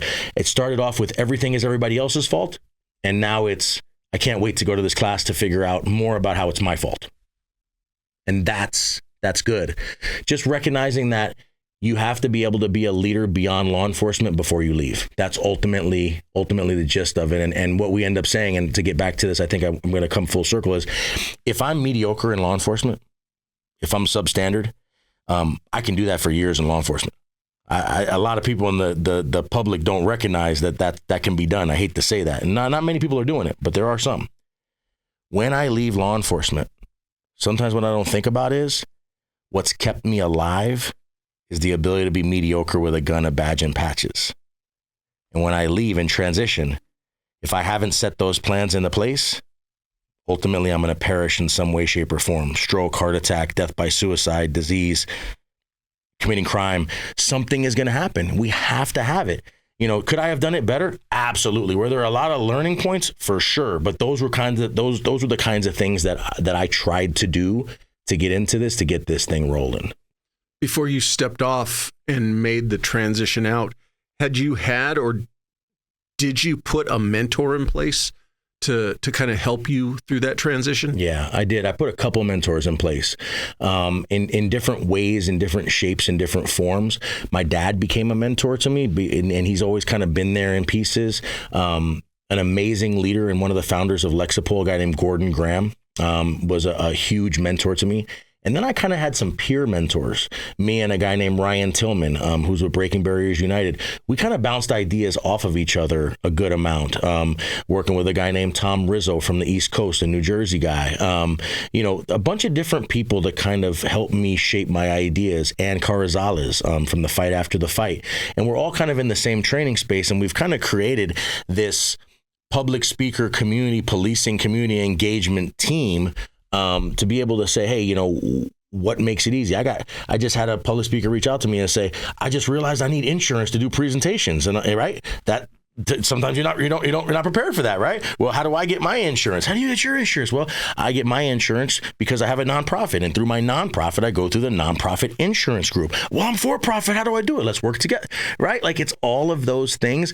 I don't believe you could do this on your own. I don't believe you transition out effectively on your own. One thing that the Long Beach PD has done one thing that one individual from the Long Beach PD has done so well, a guy named Alan Legiata, and I want to give him props, is he created a monthly meeting for everyone that's left Long Beach.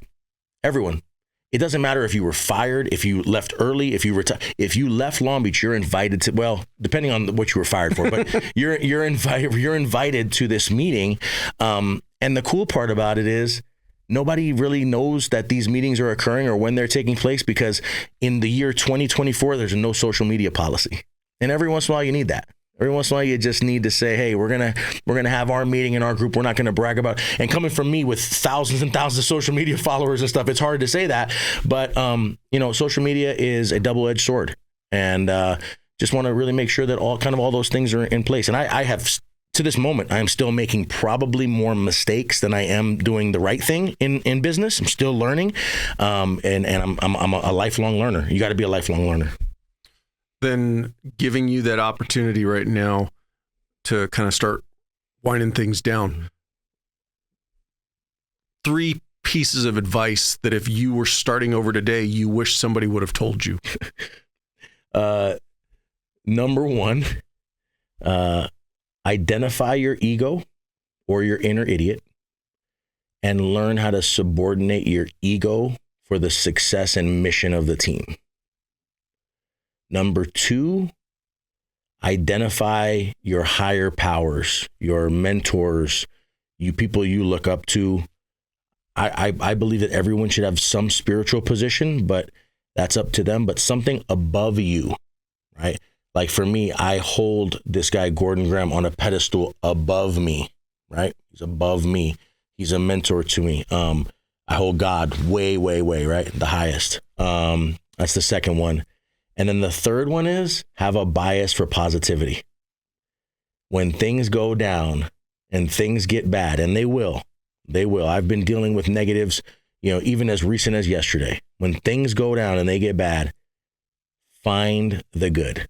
Don't avoid the bad. Don't eliminate. Handle the bad stuff, but have a bias for positivity. And some people listening won't understand what I'm saying by that. So I'm going to take a couple more sentences. A bias is something that we build over time.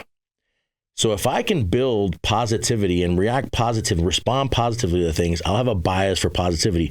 What does that look like? It looks like me smiling during dangerous situations. It looks like me on the approach, smiling and telling myself voice neutrality, respect, and trust, and getting out of the car and knowing that that's muscle memory. I have a bias for positivity. Am I going to have to use force? Maybe. But what I don't want is I don't want people to get in a position where they lack skills they haven't practiced, or they're negative because they haven't practiced things, and they haven't practiced them because they're negative, right? I want police officers and first responders to get out of the car. I want them to go practice. I want them to consensually encounter people. I want them to go talk to people. They're not going to get fired just for talking to somebody. They will get fired for not talking to somebody and then going on a 911 call and having not talked to anybody for a month, messing up the 911 call. So have a bias for positivity, right? Those are the 3 things: or ego, higher power, bias for positivity. I appreciate your time. Yeah. I wish you all the best going forward. I appreciate you. And if anybody needs anything, I need them to reach out to me, whether it's us coming to speak to them, engaging, just giving a tip or a tool. And this is not a money thing. This is a heart thing, and it's what I signed up for. I feel like the day people stop calling me is actually going to be a day where I get a little bit down, and that's kind of the truth. So I want to know I'm here for you and any of your listeners. If there's anything I can do, and hopefully we'll put some information to be able to contact me if need be. So I appreciate that. Thank you again. Thank you.